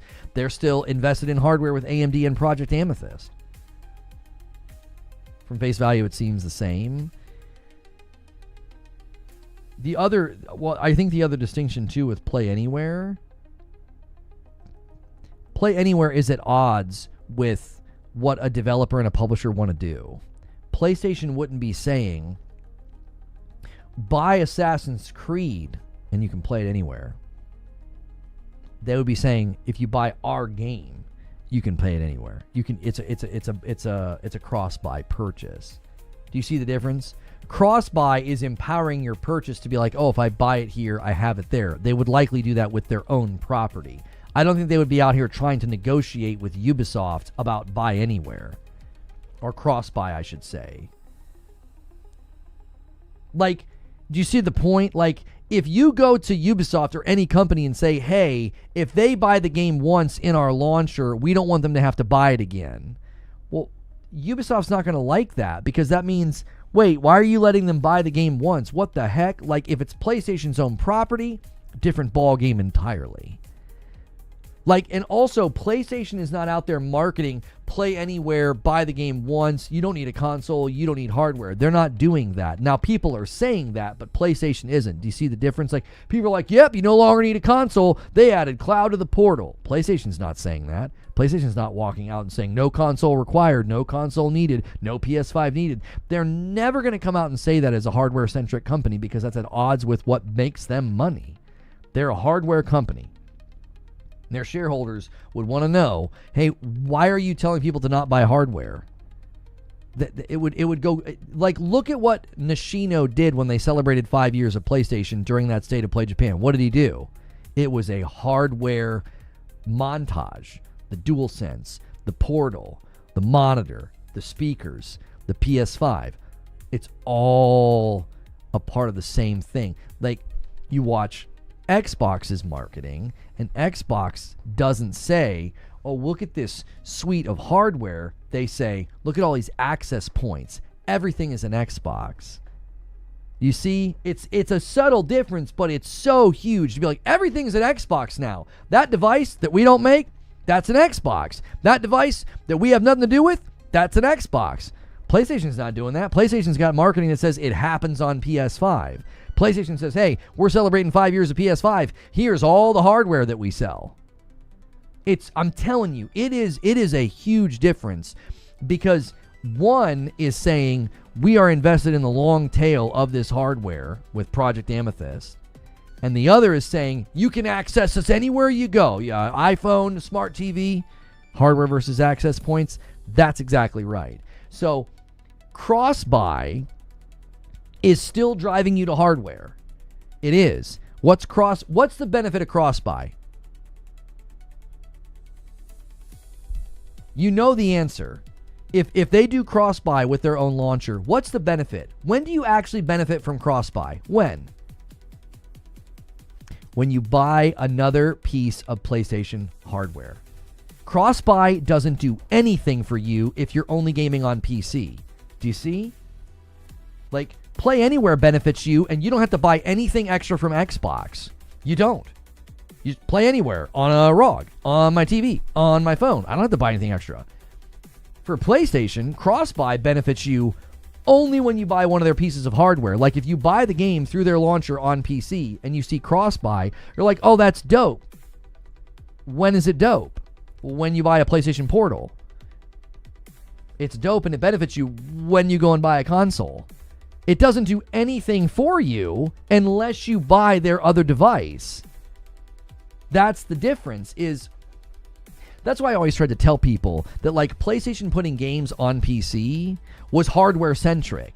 If you listen to the logic and when they spoke to the shareholders, all roads lead back to the PlayStation.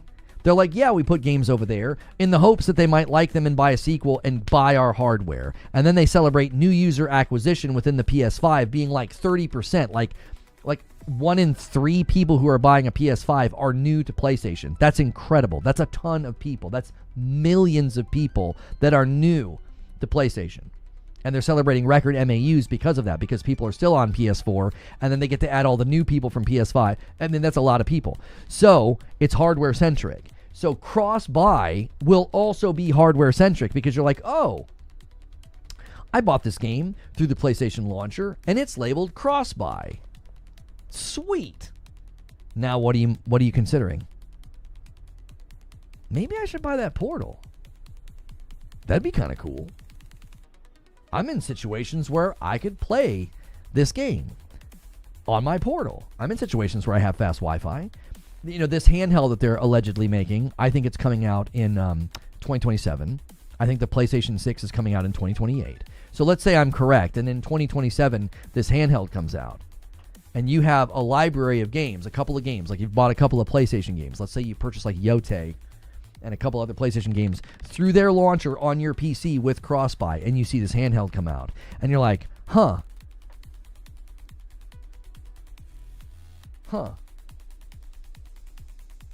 I have games over there if I buy that.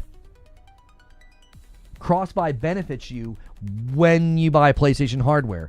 See, I'm telling you, PlayStation's slick with it. They're like, if we can get you to buy the game, and then you buy the game with cross-buy, you are now more likely to buy our hardware. All roads lead to the hardware, whether it's the Portal, the handheld, or the console. So when someone's like, oh, they're copying Xbox, I'm like, are you kidding me? Not you, Prosy, but you kind of took us here. It's like, are you kidding me? Xbox is giving you countless reasons to never buy hardware from them ever again. And PlayStation's coming up with reasons to get you to buy their hardware. They're very different strategies. We need to talk about the MMO. We're gonna run out of time. We're gonna run out of time today. TYTY Plays says, do you think I think you meant to put FSR4. FSR4 will be added to the Steam machine alongside the PS5 Pro and official support for RDNA 3 cards. I have no idea how to make a prediction about that. I don't know if that's even possible. Trey Gaming says, Lona, what do you think Steam could use for hang on. Do you think Steam could use this for people like us who have children and don't want to go the full PC route for our kids? Something a little easier to get them into the platform.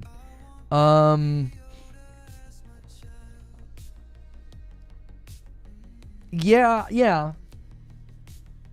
I don't know if that's going to be a big crowd. I mean, how many 10-year-olds and 12-year-olds are asking for PCs to game on? Like, my daughter wants a PC to chat with her friends and look at the internet, and she wants to go to American Girl websites and look at all their cool stuff. Like, I don't know. I definitely think yes. If you were like, oh, I've been thinking about getting my kid a PC, this is a great option. I don't know if that's going to be the bulk of the purchasing, though.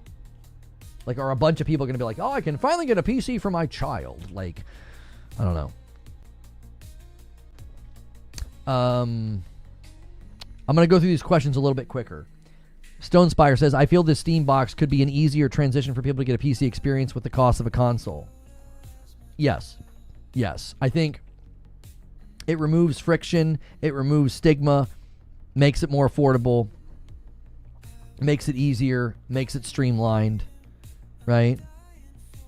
A lot of 12-year-olds, my son's 11 and he wants one. I said, let me see all A's this semester. I mean, if there are a lot of kids in that age bracket asking for PCs, Caleb, then that already means that a lot of the predictions people made about, like, oh, the younger generation's only playing on mobile. And my pushback on that has always been, we don't all consume media the same way we did when we were kids. Like, kids will mature. They'll interact with other kids. They'll interact with a teenager or an adult who's like, oh, man, I've been playing this awesome game. I'm like, where? Oh, I've been playing this awesome game on my PC. And then all of a sudden they want a PC because their uncle that they look up to plays on a PC. You see what I'm saying? Like, I don't think that generation is going to stay static in their gaming behavior. I think those predictions are so stupid. I mean it. Like, I know stupid's a harsh word.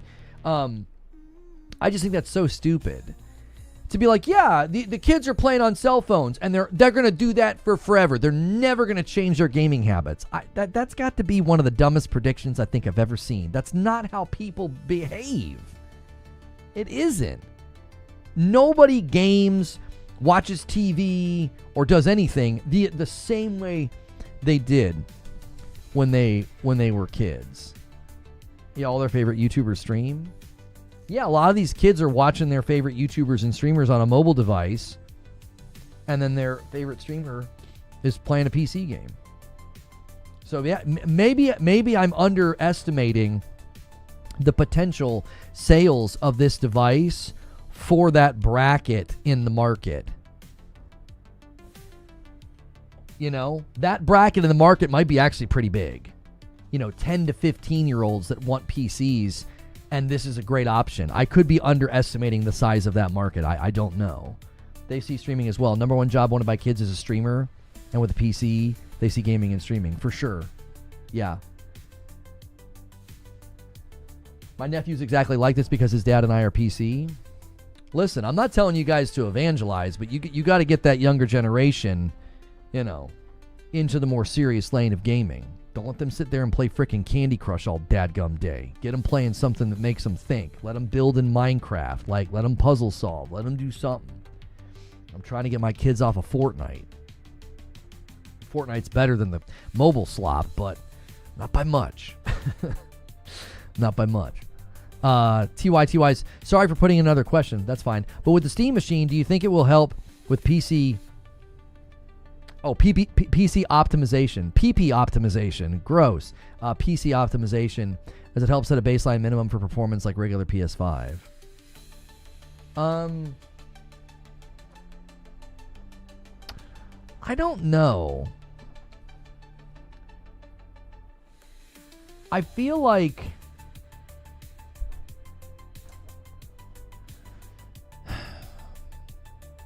I'm arguing with myself in my brain before I formulate an opinion on this.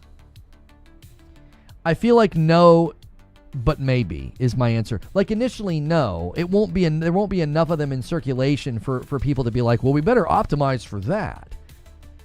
You get these things in circulation, and you get 20 million of them out there.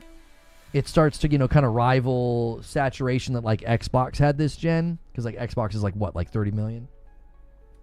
It starts to get into the double digits on the millions, 10, 20 or more million. Then yeah, you would see developers say, hey, it's really important to have a Steam machine checkmark. If this thing, I'm not saying this is going to happen.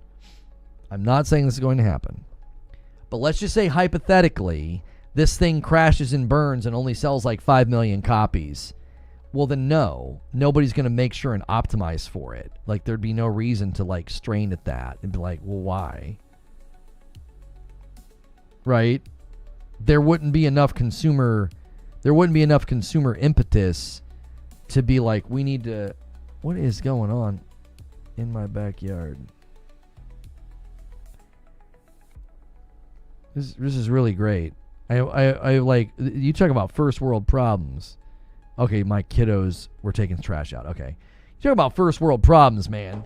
I pay for high-speed internet, and I got a Ring on my backyard, and I'm trying to see what's going on, and it's just sitting there spinning. It's like, that's great. The zombie invasion has started, and I'm sitting here buffering. Like, what's going on in my backyard? All right, let's keep going through these questions. Adam King says, guys, and by the way, this is the benefit of becoming a member. And I need y'all to do something. If you are paying for your own membership, I haven't mentioned this much, but I'm gonna start kind of mentioning it again. And I don't like mentioning it a lot. But we have very generous people who gift memberships, and I gift memberships all of the time. We need folks to start picking up their own membership on YouTube, okay? This year, a lot of what we did for members got adjusted, not by us, and because of that, it's been something that if you like the content and you want to support the content, that is a great way to support the content. Okay, I'm not going to say any more than that. Just hear what I'm saying. Read between the lines. Like, This isn't e-begging or whatever the frick people call it. If you like the show, we all like to gift. I gift. Tons of people here gifted. I mean, look at these numbers. That's like 95% gifted over here. That's fabulous. We need folks on YouTube to start jumping in, okay? Like, we've been doing this for a very long time, and the YouTube culture is super hesitant on it. They're like, I don't want to. All right, let's move on. So Adam King says, are they going to do playable on Steam machine style info on game pages like they do on the Steam Deck? Is the low power really going to block off certain demanding games? I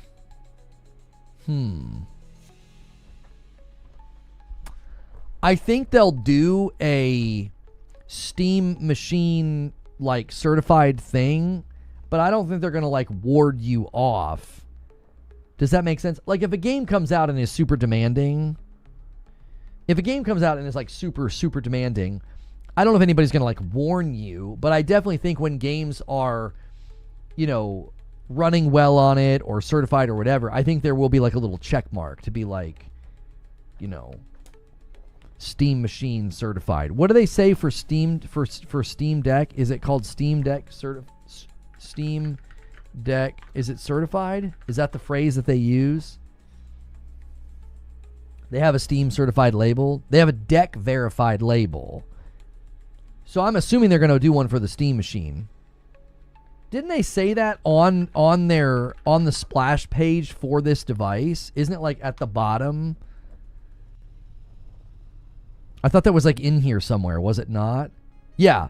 We are expanding our verified program to include ratings for Steam machines so customers can understand how their games will run. I didn't want to speak out of turn. I thought I saw this. It's sometimes it's hard for me. It's like drinking from a fire hose when new information comes out. I watched a bunch of videos and I looked at this page. So sorry, but I didn't want to speak out of turn. Yes, there will be this thing, Steam machine verified. So that green check mark will 100% be a part of gaming storefronts and stuff. Scott Baker says, I just renewed to continue after gifted membership. Thank you. I really, really appreciate that. Thank you. The best way for me to be able to track you guys that pay for your memberships, because I want to be able to like give you more content, give you more features to show that appreciation. The best way for me to do that is to have people on the Member Plus tier. That's the tier. It's a $6 membership instead of $5. That way I can do extra for you. Feet on Land says, do you think this will be a great option for the kiddos who want a PC? Yeah, we already kind of had that question, so that's a bit of a repeat. Perfect Image. Since Steambox is a console now, it's a PC that functions as a console. It's not a console. It is a PC in what it can do. Its capabilities are PC. Its default functionality is basically console, is how I'll say it. You think it's going to be competitive with Xbox and PlayStation? I do not think it's going to be competitive with Xbox and PlayStation, no. Don't think of graphics the importance. I'm going to keep coming back to, like, I don't think that's the goal of the device. I don't think that's Valve's goal. I think their goal is to expand SteamOS, and this is one avenue of doing that. I don't think they're going to suddenly become like, think of it from this perspective. Valve's expertise is not hardware. Their core competency and their core goals as a company is not hardware. I don't think they're going to start trying to compete with a hardware company like Sony. I don't think they're going to start trying to compete with, Nintendo considers themselves a toy company, but like Nintendo is selling you a console. They're selling you hardware, right? They're selling you like a console, handheld hybrid. I do not think that Steam views them as like, we need to go after that. I just don't think so. It's not their area of expertise. It's not their core competency. It's not their main business focus. Steam's central business focus is not hardware. Like, that's just not it. I think they want to grow their OS. They want to grow their user base. That's, I think, their main goal. I think that's the primary goal of this device, as well as all future decisions that they probably make. I don't think they're suddenly going to like be like a hardware company. Like, we really need to ramp up production and make a stronger Steam machine and compete with the PlayStation 6. I just don't think that's going to happen. I just don't think so. The Steam Deck has sold like 5 million in 4 years. Like 5 or 6 million, something like that, I think. Joe Kane says PC dudes on overdrive. You keep putting that in chat. What are you talking about? Parasito, with SteamOS being able to run any Windows app and architecture cross compatibility, could Microsoft pivot to releasing their Magnus operating system individually? I don't think this is like a what if. I think this is the goal.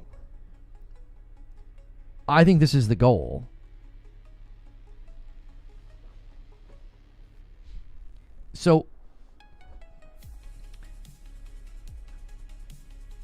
you're saying David is in overdrive? He said it's great customer support. Steam is known for its support, not for its OS or anything. I think they can be known for their customer support and still want their OS to become bigger. So Parasito, as far as I can tell, Microsoft and Xbox have very loudly signaled that that's their goal. That they want to have like a stripped down version of Windows OS for gaming devices. I think that's their goal. I think they're going to want to have OEM Xbox Magnuses. I think they're going to want to have OEM handhelds that run this stripped down operating system. It's not here yet. They're working on it from what we've heard, and I think from even what they've said. They're working on it right now. They're working on basically stripping down Windows for these devices. Because again, I think they want more people on Windows. They want Windows MAU to increase, and this is a great way of doing it. You start having like OEM handhelds and Xbox Magnuses that aren't even made by Microsoft. Like you have another company making them, and then just throw the Windows Gaming OS on it. They probably won't call it Windows Gaming OS. It'll probably just be a version of Windows that's designed to strip it all down, make it less bloated, and focus on gaming. I don't know if they'll do dual boot, where you can like boot into like a classic Windows more classic Windows or more traditional Windows environment. What's the price range? Right now, the price range is $400 to $600 from what folks are saying. All the outlets that have analyzed it, like Moore's Law is Dead, like used to do that professionally, and so like he's saying like $450 would be like the lowest he could see them go, and like $600 is about the highest. Higher than $600, I think, is going to be a tough sell because it's not going to be a very strong device. It's going to be right behind a PS5, so you can't walk out and charge like $800 for it. That would be... I'm not going to say that'd be a death sentence, but that would really, really hurt its adoption. Like, people would be like, $800? Like, what in the world? Like, if it's at that level of performance that people are speculating, it's going to be tough to charge a high premium for it. Siege Master, do you think the Steam Machine combined with Frame Gen maybe might give PlayStation a little motivation to continue doing things in the VR space? I really don't think so. The thing about VR. The thing about VR, I really don't think VR has legs right now. It's expensive. People don't like to wear the thing on their face. It makes them feel funny. So your user base is small. Oh, it's called Steam Frame. That's the VR. Sorry, I thought he was like asking about Frame Gen or something. I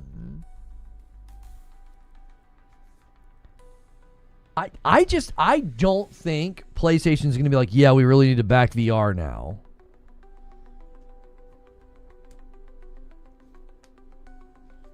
If Sony is struggling to get the PS5 below $550, I can't see Valve being able to produce something cheaper. They don't have the same manufacturing power. I got into VR, and then I got out of VR because it asks a lot of the player, is how I'll say it. It asks a lot of you. It does. Like, I've enjoyed my time with VR. I've played what you could argue are some of the best VR games. Half-Life Alyx, Synapse, what was the one? Asgard's Wrath 2. I've played some of the best VR games. And it just asks a lot of you. You got to set your room up differently. You can't be social while playing VR. You can't. Like, I can be social playing Ball Pit next to my wife. I can be social playing Ghosts of Yote next to my wife. Like, we can commentate on what's happening. She can make observations, comments, whatever. Ask me questions. Like, it asks a lot of the player. VR, it does. It's like, okay, you got to make space. You know, you got to scan your room. Okay, you know, hopefully you don't get dizzy. Okay, hopefully the game runs well. I mean, there was a lot of not great. There were some really bad ports. You know, PlayStation didn't do the best job here. There were existing VR games that wanted a quick cash grab, so they did really, really sloppy ports to PSVR 2. And then guys like me bought the games and got ticked off. And the second time I bought a game that wasn't ready at launch, I was like, yeah, I'm kind of done with this. I'm not doing this anymore. I'm not buying games for this thing to have them barely run / not run well. It was irritating. So, I think that's one of VR's biggest challenges.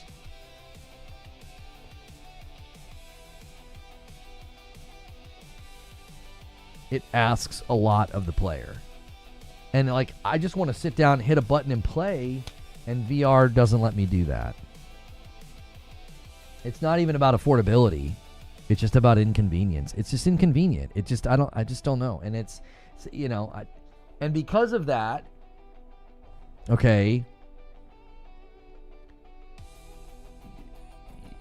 because of that, I just don't think you're ever going to have like high budget games and high market, mass market appeal. It's just because companies are going to be like, it's a smaller market. Why are we going to put a bunch of money into it? And then because they don't put a bunch of money into it, you get games that aren't that great. And because you get games that aren't that great, you don't have a killer app. You don't have a thing to motivate people to buy it. Like, it's just this cyclical thing. I would highly recommend YouTubing Steam support versus Sony support after stream. A short 1-minute meme video about it. You'll instantly get my point. I mean this in the nicest way possible. Do you actually think I need educated on the fact that like Steam support to the consumer is better than Sony support to the consumer? Like, I've literally got a video on the channel talking about how a bigger issue that gamers need is refunds, and that Steam treats the consumer so much better than, you know, platforms like PlayStation.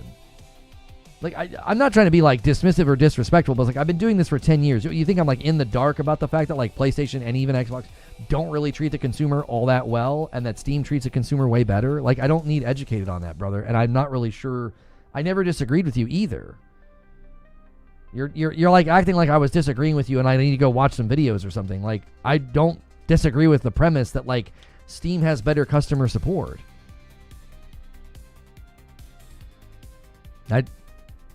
This might be your first time here, and maybe you misunderstood and thought I was disagreeing with you. I don't think we disagreed once today. Somebody in chat might have been disagreeing with you, and then maybe like by proxy you thought I was disagreeing with you. Like, yes, I have a video on the channel about this very thing. I do. And you've been here before and commented in my content before, but maybe you just haven't heard me talk about this. If you haven't heard me talk about it, I am a big preacher, soapbox, get on it and rant about it. We are not properly protected as consumers, and consoles are the worst offenders here.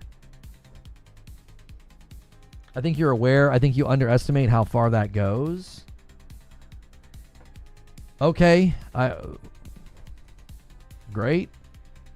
I'm not sure where the I don't know where the friction here is. Like, I don't need to go watch videos that you think are going to change my mind when I'm already on your side of the issue. Like, you underestimate how far that goes.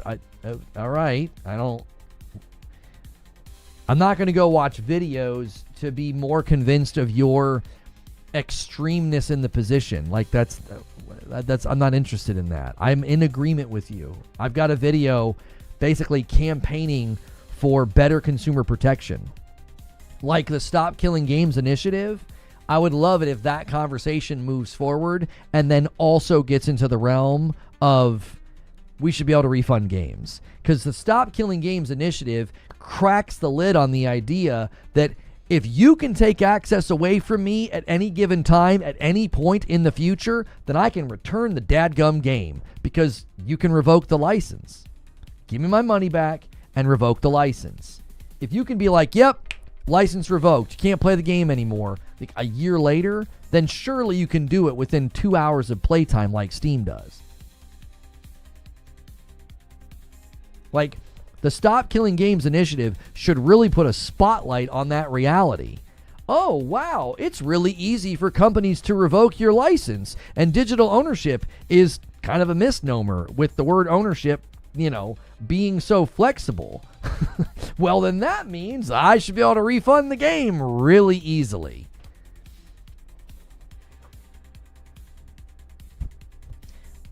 All right, but I heard anything but an argument for the box, but the support so far. That sentence isn't clear. You need to retype it. I'm not sure what you're trying to say.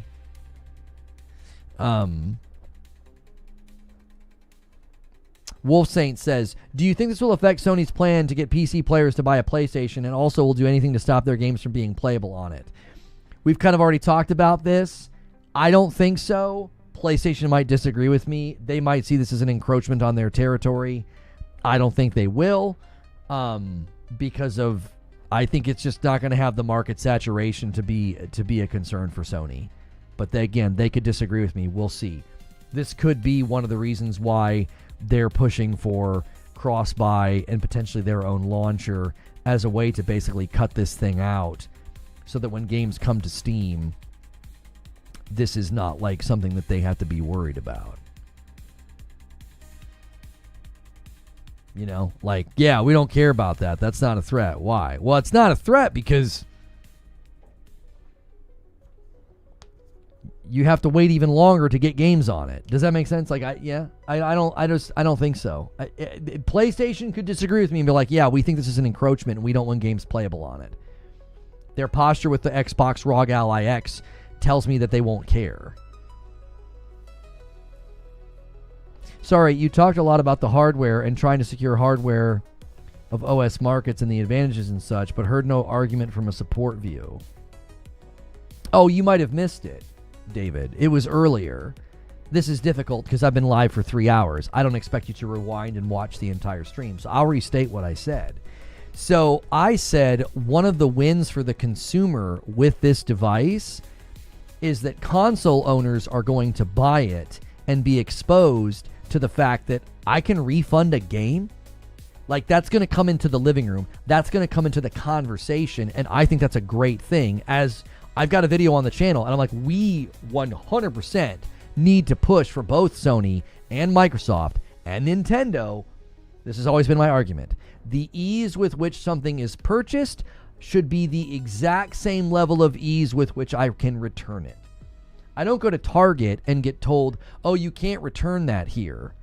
You got to go downtown at 2 o'clock on a Tuesday, knock on the warehouse door, and ask for Dave. Like, what the frick? No, I'm not doing all of that. I don't even think it's easy enough on Steam. I think it should be simplified on Steam. I should be able to go to the game in my library, and if I'm under the 2 hour mark, right-click, uninstall, and refund. Do it. Take my license away, uninstall the game, and give him my dadgum money back if the game's broken, bad, or whatever. I think Xbox and PlayStation should have the exact same thing. Uninstall and refund. Give me my money back and take the license back. If the game's bad, broken, buggy, glitchy, I don't even like it. If I play it for an hour and a half, like Shadow Labyrinth, there's nothing technically wrong with the game. It's just a bad game. Even with they did a big, huge update, by the way. Like, Shadow Labyrinth was like the Metroidvania Pac-Man game. They pushed out like a 1.1 patch and like addressed a bunch of the concerns from the community and all this. It still is just not a very good game. I should be able to go right now. I played it for 20 minutes. It feels terrible. The controls feel terrible. The combat feels terrible. It's just not a very good game. Like, come from a game like Shinobi Art of Vengeance and then play this and you're like, ugh. It just doesn't feel good. So I should be able to go right now on my PlayStation and click uninstall and refund, because I can give the license back if you can take it away from me, and that means you can give me my money back. And here's the thing. To protect PlayStation and Xbox from suddenly having to shoulder a bunch of credit card fees That'd be millions of dollars. Let's not be stupid about this, okay? It'd be millions of dollars that they suddenly would have to shoulder if they instituted a refund policy to protect them from what would be considered undue harm. It's not PlayStation's fault that the game sucked. They shouldn't be left holding the bag of the credit card charge for when you refund the game, and millions of other people do the same thing, right? So to protect them from undue harm, because that's not fair, that's just nothing just there. Well, that game sucked, and Xbox and PlayStation had to shoulder all those credit card fees. And then you don't want there to be animosity between, publisher and platform, where all of a sudden Sony's trying to charge them for the credit card fees. No, frick all that. What you do is you let everybody refund, really easy peasy, and it's just store credit. That doesn't bother me at all. If I spend $70 on a game and it's dog water and it runs like garbage, and an hour in I'm like, give me my money back, and it puts it into my PlayStation wallet, and then I can go buy another full price game, I'm fine with that. I'm totally fine with that. Store credit, it protects them from the credit card fees. Millions a day they'd be spending in people refunding games, because that's what people would do. They'd buy a game, play it for 20 minutes, give him my money back. Buy a game for 20 minutes, give him my money back. If they're just floating store credit, who cares? PlayStation got your money, and then the appropriate game got the money, because a game that they liked and kept gets to keep the money. That's a satisfied customer. Like, think about that. Like, that's just, everybody wins. The right game gets the money, and then the consumer feels empowered, and then they probably finish the game and feel a greater sense of satisfaction as a consumer, because instead of getting stuck with some crap game they're never going to finish, like I'm stuck with Shadow Labyrinth, I'd put that money on another game and finish it. By the way, you're awesome in how you engage with your audience. Is there a way I can donate through PayPal? Yes, if you want to do it through PayPal, you can use the tip command, David. That goes to me directly. If you guys ever want to support me directly and you don't want to do super chats, memberships, or any of that, you can use the tip command. Both platforms you can do that. That comes directly to me with almost nothing taken out. Every platform takes their chunk and their pound of flesh, which is totally fine. They're giving me the ability to do this, so they're well within their right. But if you want to go more direct, you can do !tip in the chat. There'll be a link provided, and then you can tip me directly. You can even send me a message, and I can read it when I get the email. So, and thank you for the back and forth, by the way, David. I appreciate disagreement and pushback that, stays respectful. And that's why I was trying to be, like, respectful to you, but also being like, what was it that you said? I don't know what it was that you said that I like... What did I push? I can't remember what I pushed on. Oh, when you said you underestimate. Yeah, I was like, I'm on your time. I'm on your side. I don't need to go watch videos. Like, we're in agreement. So, okay. Does that link still work, by the way? I always worry that those links will be, like, outdated. Yeah, there you go. Donate to Reforge Media. There you go. Yeah, you can set up a weekly or monthly as well if you prefer to, like, do it all the time. See my last. Good people of Reforge, hear me. Hear me. You will never get your effing money back. Phil Spencer. The selling point of the GameCube, the Steam Machine, is well over 100,000 games available right now. Yes. Yes. Wait, why can I not see Nightbot talking on Twitch, but I can see him in the combined chat? That is so weird. Let me refresh. That is super weird. I can see it in the combined chat, but I can't see it. Oh, there it is. I had to refresh. Okay.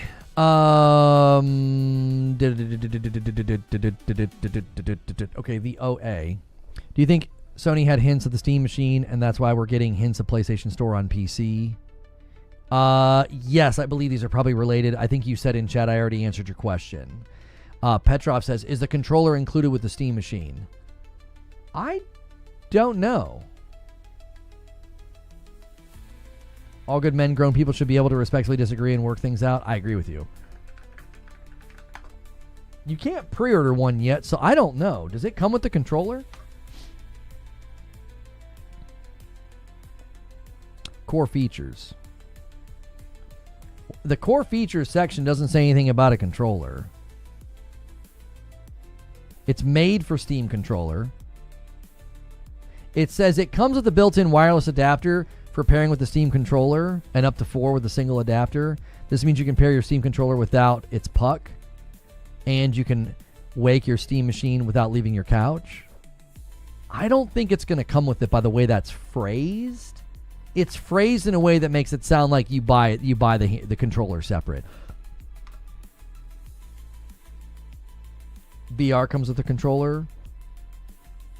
Wouldn't the VR come with its own controller? Why would it come with the regular controller? It would come with its own controller. Yeah, the VR comes with its own controllers, not the Steam controller, I don't think, right? That'd be kind of weird. Can the Steam Deck run Fortnite without installing Windows?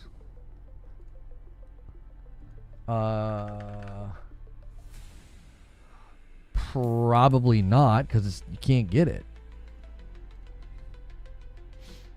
All I know is I could be playing Escape from Duck Off in my dadgum living room. I could. I'm almost positive you get a controller with it. There's a video. It said the controller comes with a box. Oh, okay. So somebody got their hands on and said it does come with a controller. Okay. They should probably update their splash page to say that, because it doesn't really say that. It talks about how you can pair it, and the language it's using. It honestly sounds like I'd be buying the controller separate.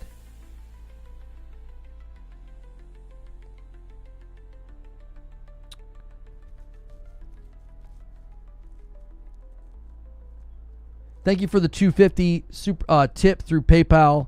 I don't want to say your name, so your name starts with the letter N. Thank you for that. $2. I appreciate that. $2.50. I appreciate that. Thank you. I don't want to. It doesn't. I don't know if it lets you put in like a username, so I didn't want to say like the full name that was attached to it. Like, thanks for the money, and I doxed you. Let me do this. Let me clear that out. Okay, so here's what we got to do now. We got to shift gears a little bit. All right? We got to shift gears. Because I got to give you guys some of my thoughts on some other things that are going on.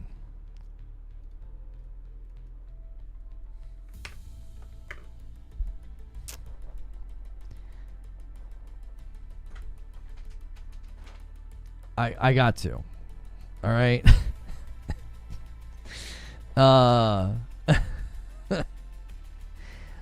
So let's talk about this.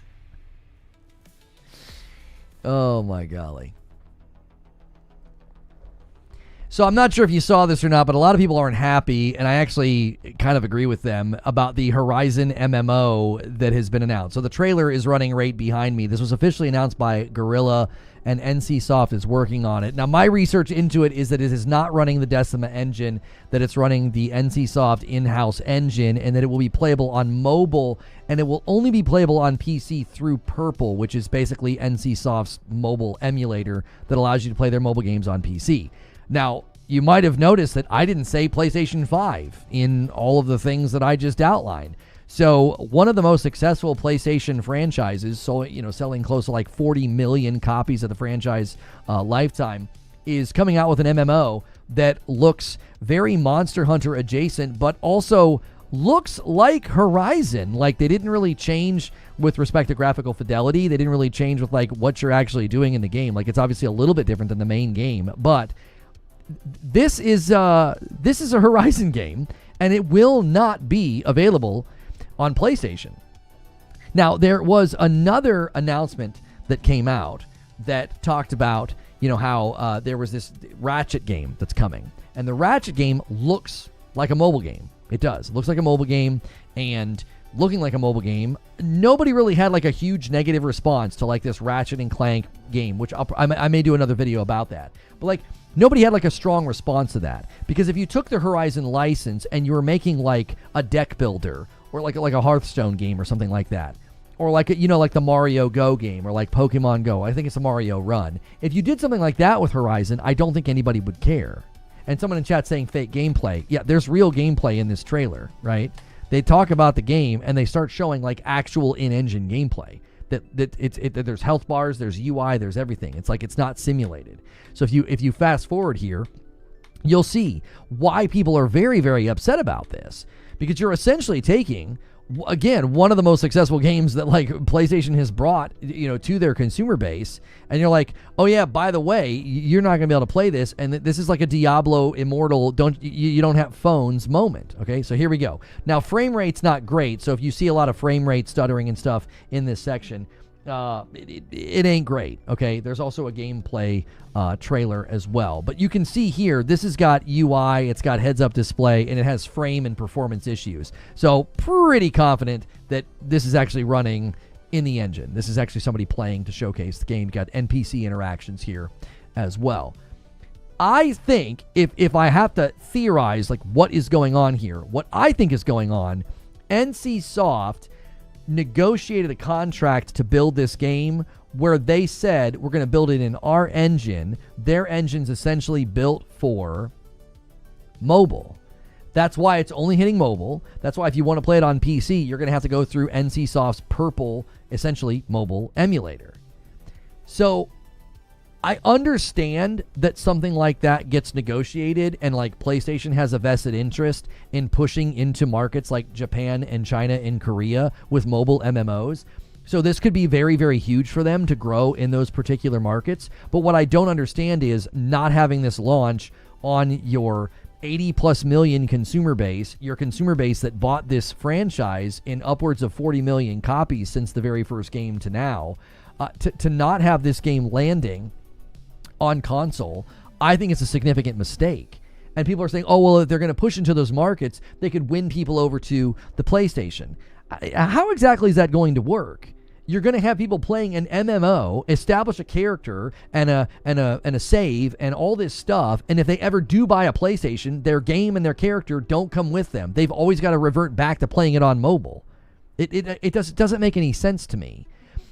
And I'm not even that mad, because this isn't really the kind of game that I would probably play. Like, I do like the fact that in the gameplay footage that we've seen, there's actual health bars. One of my hang-ups with Monhun has always been the lack of a health bar. It kind of bothers me, and it makes it hard for me to kind of get into the game. So here's the actual game with UI and heads-up display and everything else. And you can see there's a health bar for the creature at the top. There's also a yellow bar, which is probably some kind of a posture bar as well. So this is a little bit more adjacent, to Monhun, but also going to be more adjacent to, like, it's not going to be at the difficulty of Elden Ring, but it's going to have that feeling of Elden Ring, like going in and fighting some big, huge monster, and it's got a health bar and a posture bar, even though the posture bars were hidden in Elden Ring. You get the point. Like, it's involving you more in the fight than just sort of like slowly watching the thing bleed more and then all of a sudden it's dead. So I think this is a huge mistake, because if you are going to be trying to get people into the PlayStation ecosystem with this game, it doesn't make any sense, especially with the cross-buy icon showing up, theories about a PlayStation PC launcher, theories about a handheld, and then cloud getting added to the PlayStation Portal. Like, imagine being able to play this on the PlayStation Portal on the cloud. If you get, if you got good internet and a good Wi-Fi connection, and you're able to play this when you're out and on the go, especially in the Japanese market, especially in the Chinese market, you could have it right there on your device that you just added cloud to. You just announced a Japanese region-locked PlayStation 5 for basically $350 in the Japanese market, and this game isn't going to be available on that device, on that console. So I think this is a huge mistake. I think PlayStation's probably flying a little too close to the sun here. I feel like the response is going to be pretty negative to this from the PlayStation user base. Like, I don't think the mobile crowd that they're trying to appeal to, like the Asian market mobile crowd that's probably going to buy this in droves, right? I don't think they're going to have like a bad response there. But I think you are going to have a negative response from your PlayStation loyal audience, which is a very big audience, from your Horizon fans, which is a very big audience, to basically tell them that the Diablo Immortal meme, like, oh, you don't have phones? Like, that, I think, is a misjudgment here. Now, some people were pushing back and saying, well, maybe they don't want to have confusion because Guerrilla is working on a Horizon multiplayer game. I can't see people getting these games confused, because this game got its own name. It's Steel Frontiers. Like, Horizon Steel Frontiers is the name of this game. And if you have a Horizon multiplayer game called something else, well, separate them by a year and you don't got to worry about confusion. And I don't think anybody's going to be like, well, wait a minute, are these different games? Yes, if they have different names and completely different ways of playing. Like, this is obviously way more Monster Hunter inspired. So to me, if you're trying to grow live service and you want your audience to get behind your live service efforts, this right here is a great way to do it. Horizon MMORPG. I mean, it's right there in the dadgum file art, like in the key art, the logo art, I mean.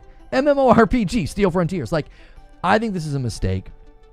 I think it could probably do very well on mobile and garner a lot of support and get a lot of new consumers to get interested in the Horizon franchise. But if that happens and they decide to buy a PlayStation, which is one of the reasons that they've started putting games on PC. If they buy a PlayStation, this game won't be there, which makes it, I think, a double whammy mistake because it's not great for your existing user base to not have access to one of your most popular franchises that they've supported and bought in high numbers, and it's also not good for any new consumers that come from this game on their mobile device to PlayStation, and it's not there. You're kind of getting hit from both ends. So from where I sit, this is a mistake. And I hope they rectify it and decide to have this available on console at some point, because I actually think it looks kind of fun.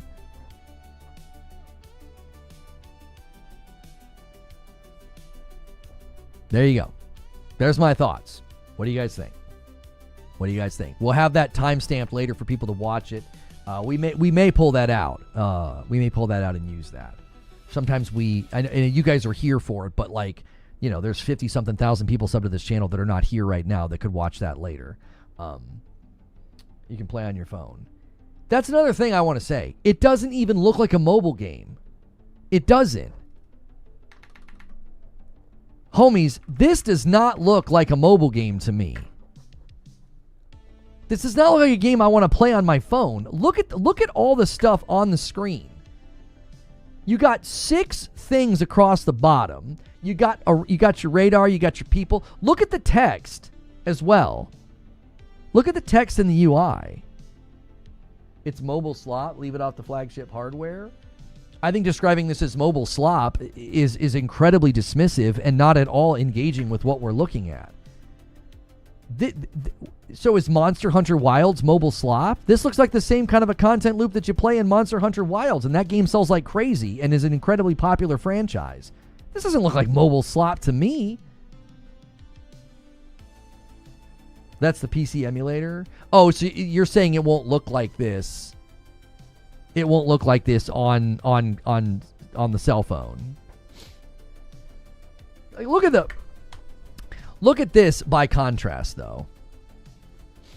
Nobody responded negatively to this announcement. And there's a reason. This looks like a mobile game. Like, nobody's going to be like, I can't believe they didn't bring Ratchet and Clank Ranger Rumble to the PS5. Like, I'm sure there will be people that will be upset, but not nearly as upset as seeing a game at the similar graphical fidelity of Horizon, basically as a Monhun version of the game, only available on cell phones. Like, what the heck are you doing, PlayStation? Like, what in the world? I said it could do well. It looks like a lot of mobile gacha games. Oh, you're talking to somebody else. I thought you were talking to me. It's going to run at 15 FPS. It wouldn't run at 15 FPS on my PS5 Pro. What are we even talking about? It's not anywhere close to Horizon fidelity. Yes, it is. Yes, it is.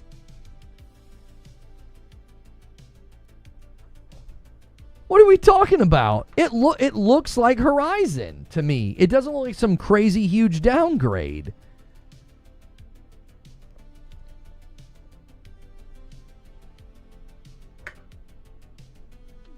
Let me bump the trailer to 4K.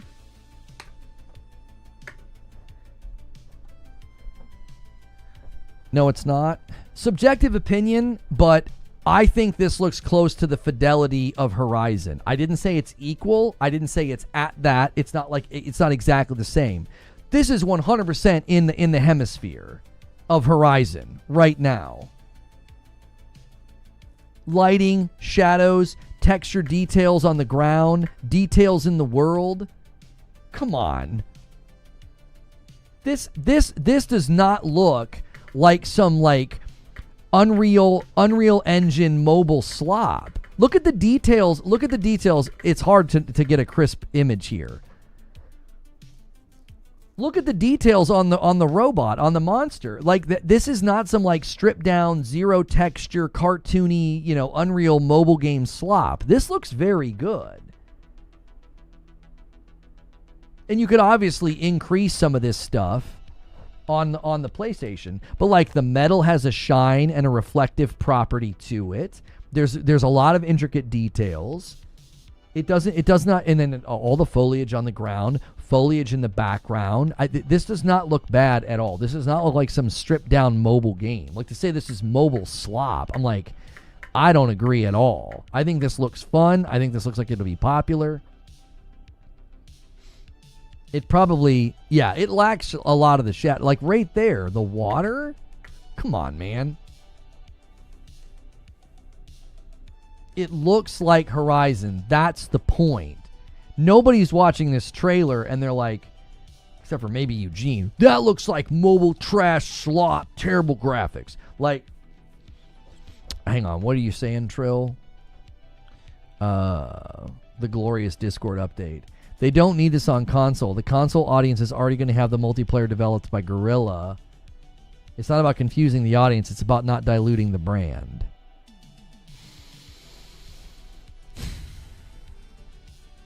That's fair. That's fair. Maybe in their mind they thought Guerrilla's game is not going to be on mobile. So let's have a game on mobile and let's have a game on console and PC, and they'll be separate. I think that's fair pushback. From a strategy position, that's a fair pushback. But from an optics position, you're talking about the gameplay looks hack and slash, very basic and boring. I think you underestimate what that content loop looks like to people that enjoy Monster Hunter Wilds. Like, I do. I feel like you're kind of underestimating how popular that type of gameplay is.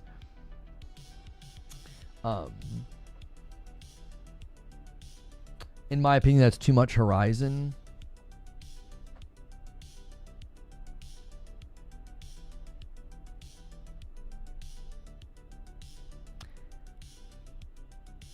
I don't think I disagree. I just think the optics on it is terrible. Let me say it this way. I don't think you announce them in this order.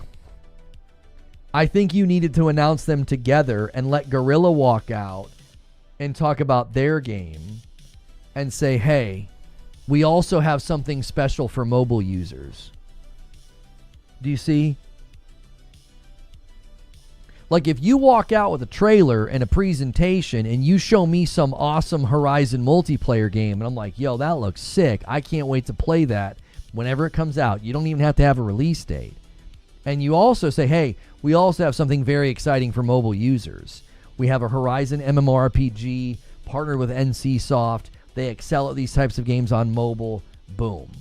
The optics on that would have been so much better received because people are like, oh, sweet, you're making two games for two very different audiences and platforms. Instead, people are like, hey, it's been 3 years since Forbidden West came out. What you doing over there? Oh, you made a game. Cool. Oh, wow, that looks like Horizon, but Monhun, and oh, it's mobile. I think the optics are terrible because it's probably going to be riddled with microtransaction nonsense. Way to crab on the franchise. I would hope that PlayStation would have the wherewithal to not do that, but we'll have to wait and see. NCSoft must have come with a good offer for Sony. They saw it as free money. Oh, for sure. They saw it as, we're not building it, and we can only make money from this. Like, we're not building it, they're building it. Like, yeah, we'll partner with you. Sure, go ahead. You know, PlayStation's probably publishing, but they don't like own the studio. They're not like using Guerrilla's dev time. You know, they got some other studio. They got this other studio building it. Yeah. I just think when you've got this audience that supports your ecosystem, buys your stuff and buys that game, 40 something million copies sold lifetime. And when you're like, we got a brand new Horizon MMORPG, oh, that sounds great, and it's for mobile. It just doesn't, that just rings really hollow. That rings really hollow.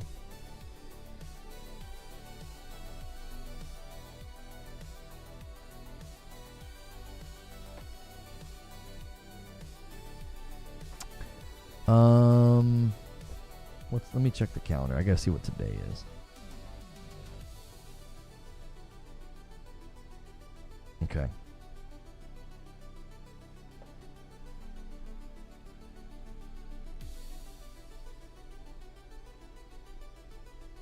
It just hit me that this is the game NetEase lost their pitch to before announcing their ripoff. Now I think you're seeing why Sony doesn't want that they don't want that game to come out. That Light of Motirum game,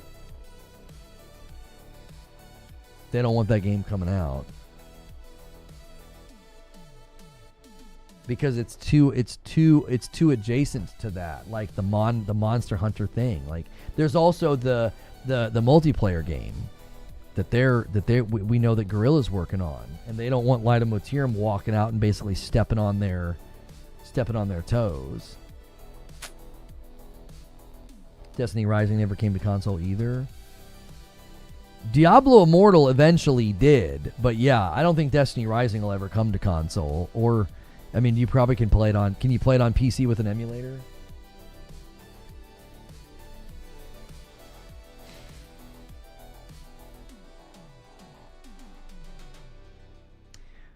They just keep trying to tap into mobile, not as their main focus, but they can't just buy a Minecraft like Microsoft. There's like something on the.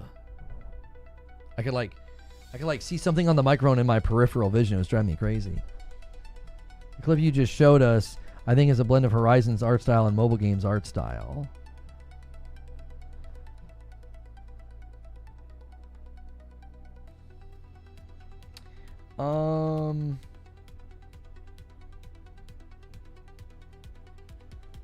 I was gonna stream Arc Raiders because there's new content, but it's not really new content, right? It's just like an event where you can add resources or whatever. And there was an update that like they tweaked some stuff. The new map's not out yet. Yeah, see, I don't want to do a whole stream just to be like, here's a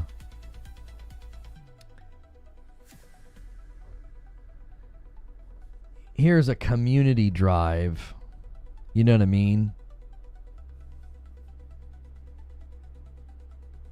You have to unlock it first. Oh, the community drive's going to unlock the new map. Okay.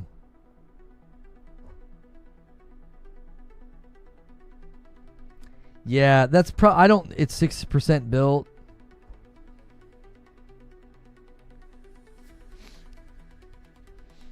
That's probably not worth our time. I thought there was going to actually be like new content to go and engage with and check out. If it's just like grinding materials, there's no reason for us to do that. If we stop at 99.99% because Lona didn't donate, that's right. Because tomorrow we are going to have to do some gameplay. Friday night, tomorrow night. Here, let me get the goal back on the screen. So you guys unlocked tomorrow night. Madam and I will have to play Arc Raiders again together. That'll be a public stream. Only members can talk, so make sure you're here for that. Saturday, I'm going to make a call. Like, depending on how tomorrow goes, like, my wife playing Arc Raiders could start to get some traction and, more people will tune in. Sometimes the novelty of something like that wears off and it just sort of dies. Like the support for gameplay on the channel is very hard to judge. if that's the case, then Saturday we'll just do in the Discord. We'll play with you guys. We'll stream it. You'll be able to see, our perspective. And we'll do that on Saturday. If this hits 1,000 before Friday night, I've got the red suit jacket that I'll wear for you guys because I can't do anything Sunday. I can't just keep adding streams for forever.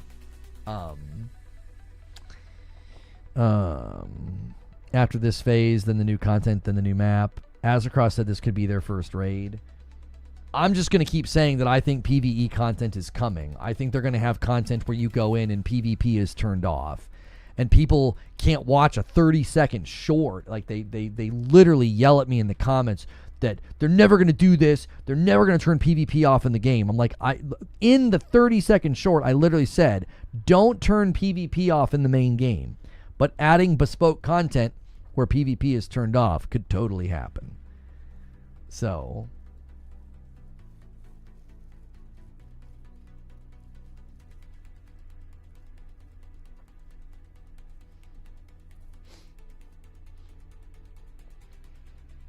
But tomorrow, we will do a talk show, and then we will play Where Winds Meet. I want to see what Where Winds Meet's all about. That launches tomorrow, as long as the servers are agreeable. Because obviously a free-to-play game like that could get kind of inundated.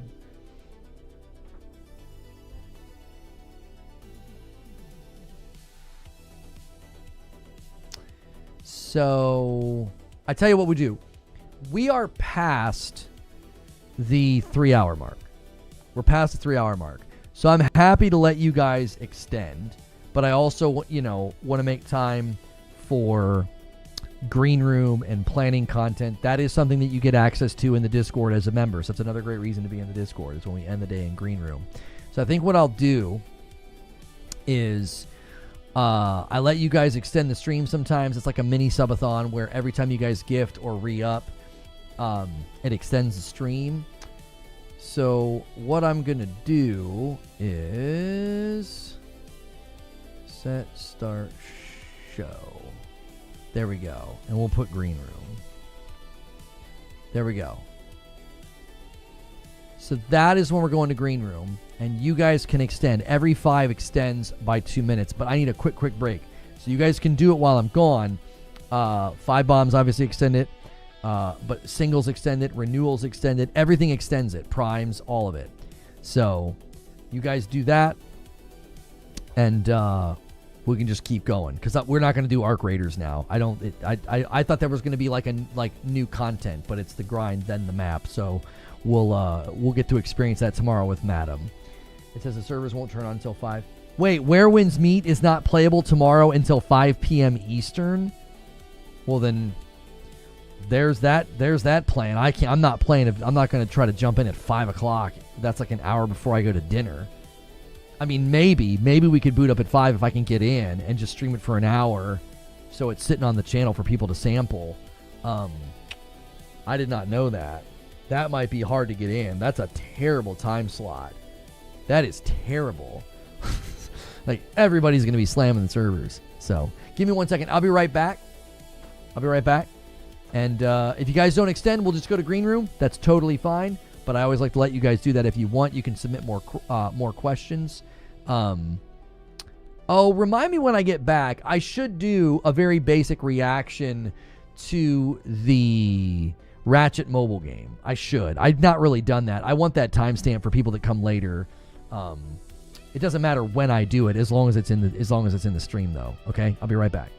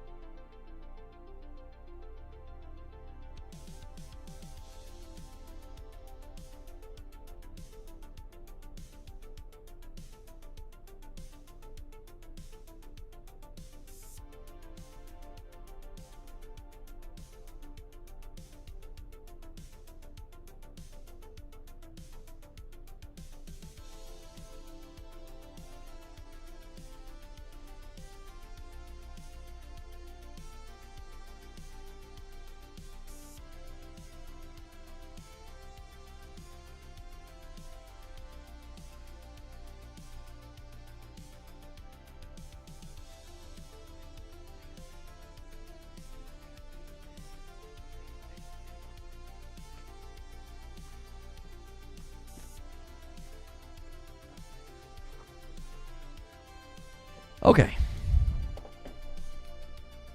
What a time to join the stream. Sorry.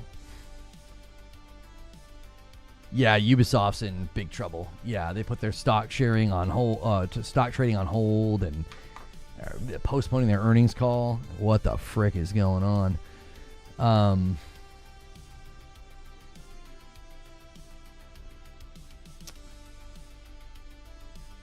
Okay.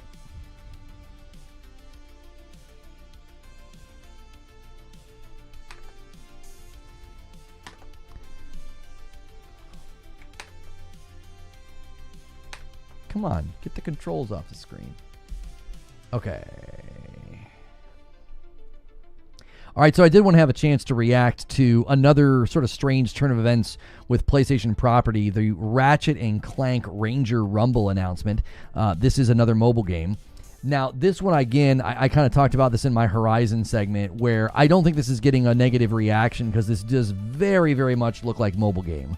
Like, this doesn't really scream, PlayStation tentpole, console moving title. It does look fun. I will say that. It does look fun. It looks like a good idea, but I also think it looks very mobile. The UI looks mobile, the gameplay, the textures, all of it. And I think the Horizon game looks a whole lot more like adjacent to like a Monhun game and like an actual console game that people would want to play.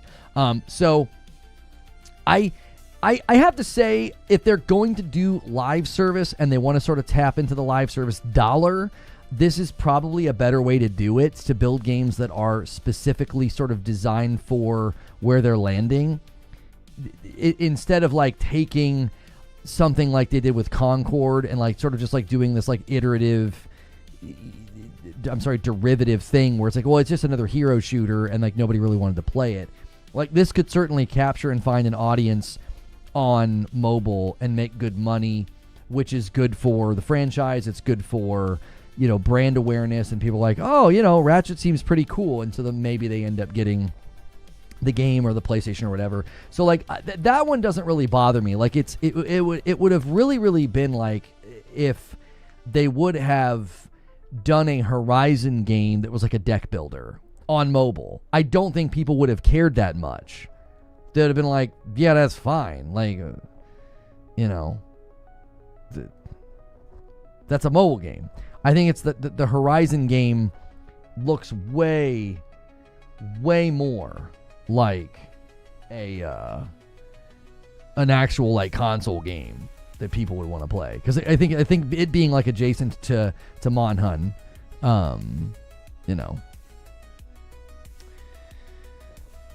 Jez Corden from Windows Central said the whole exclusive argument looks silly now with Steam launching a console with both Xbox and PlayStation titles.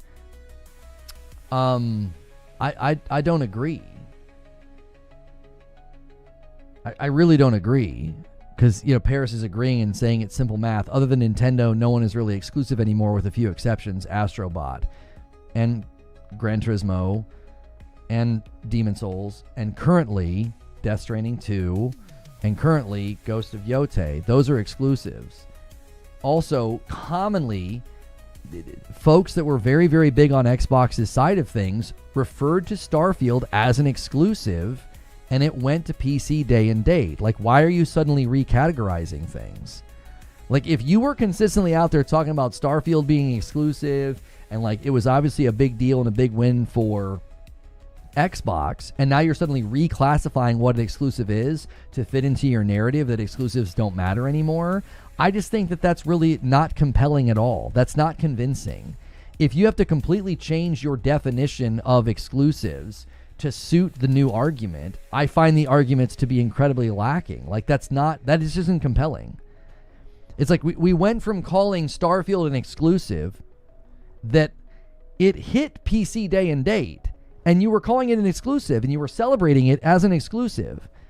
Yotei, you have no idea when Yotei is going to PC. You have no idea when Death Stranding 2 is going to PC. Like, you have no idea. So to say, like, yeah, exclusives don't matter, the exclusives argument looks silly. And also, it's really interesting, right? And Jez is a friend of the show, but I don't agree with him here. To say, like, oh, this is all silly because Steam's launching a console.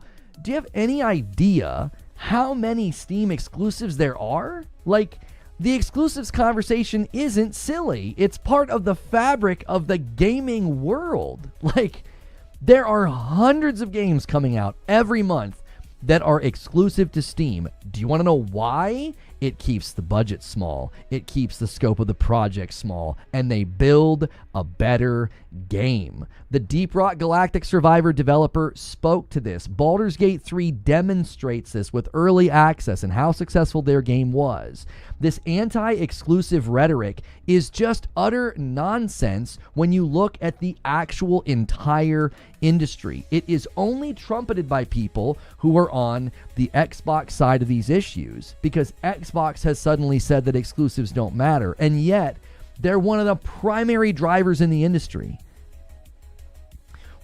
Whether it's Deep Rock Galactic Survivor and or Hades 2, which were exclusive to Steam.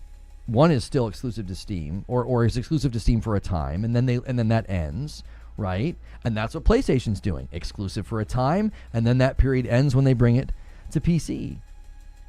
The exclusives conversation isn't silly when you actually look at the entire industry and you analyze it, instead of doing this like eisegesis where you bring like a predetermined viewpoint and you like try to lay it over top of the industry. Like, yeah, exclusives don't really matter anymore. And then this Nintendo hand wave absolutely drives me crazy.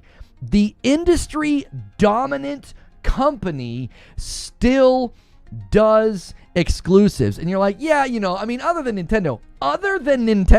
What do you mean? They're the kings. What are we talking about? Why do we always hand wave Nintendo? So the industry leader, and then Sony's right behind them, and then let's just talk about Steam. Like, Steam is huge user base with hundreds, if not thousands of games every year only available on Steam. Exclusives are not bad, they are not anti-consumer, and they make up the majority of game releases every single year.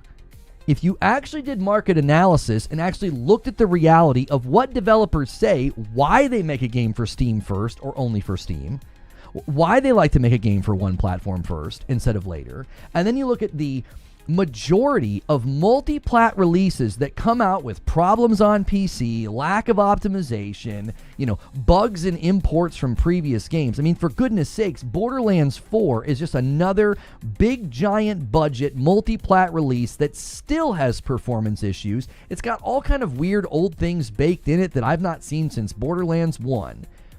And when you're building for all those platforms, you got to build on pre-existing systems that you know are going to work, because you can't go in there and iterate and innovate, because like the guy said from Deep Rock Galactic Survivor, if you're building for that many platforms, it absolutely chokes feature development. The Steam machine doesn't change this conversation at all. If anything, it's going to draw a whole lot of attention to the fact that one of the largest, if not the largest user base out there, ignoring mobile, the larger user base out there has access to more exclusives than any other platform. A ton of people are going to say, oh wow, I can put Steam in my living room, and that's great. Why? Because there are games I can only play on Steam. What's the selling power? Answer me this. What's the selling power of the Steam machine if exclusives go away? Answer me that. If every game that's on Steam was suddenly on my PlayStation, if you got your weird utopian pipe dream wish and exclusives just vanished, and every game was everywhere, what is the selling power of the Steam machine? What is it? Please tell me. Oh wait, it would have no selling power, because anybody with existing hardware would be like, why do I need that? There are no exclusives anymore, by the way, so I have all those games right here on a more performant device. Like, if you got your wish, the Steam machine's a non-starter. Like, who the frick would want it? Unless you don't have anything in your living room right now, you have no gaming solution, yeah, then you might buy it. Lower prices in Steam sales? No, I don't think you understand. If there were no exclusives, if every single game that you can only get on Steam was suddenly everywhere, Steam sales would likely be matched by sales elsewhere. Like typically when games go on sale, they go on sale in a lot of places. Like right now, like when something hits sale on Steam, I commonly can pull it up on PlayStation and it's on sale there as well. It blows my mind. It's like, do you have any idea what would happen to the market if exclusives just went away? This weird utopian pipe dream that's never going to happen, by the way, because you're never going to convince the lion's share of the developing world to stop making exclusives because it's part and parcel to the development process. Like developers who build for Steam first will literally tell you, well, it's not in the budget. No, we're not going to build for every platform. What the frick are you talking about? What are you even talking about? 0 for online multiplayer?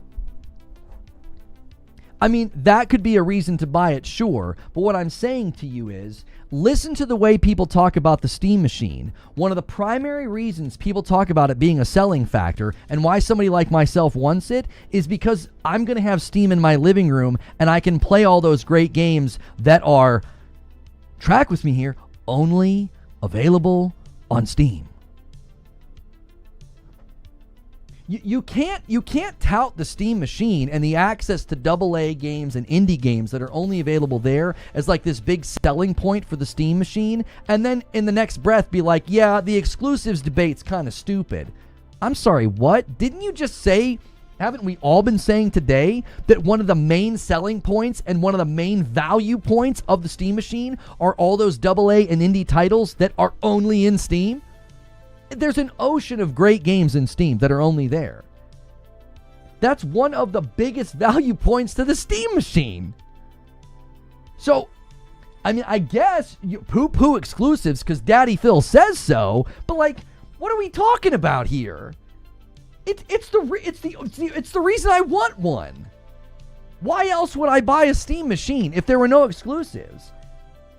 If Deep Rock Galactic Survivor was on PlayStation 5 right now, if Witchfire was on PlayStation 5 right now, if all those Steam games that I want to play were on my PlayStation 5 right now, the Steam machine's a non-starter with me. Why would I buy it? It has no value offer to me.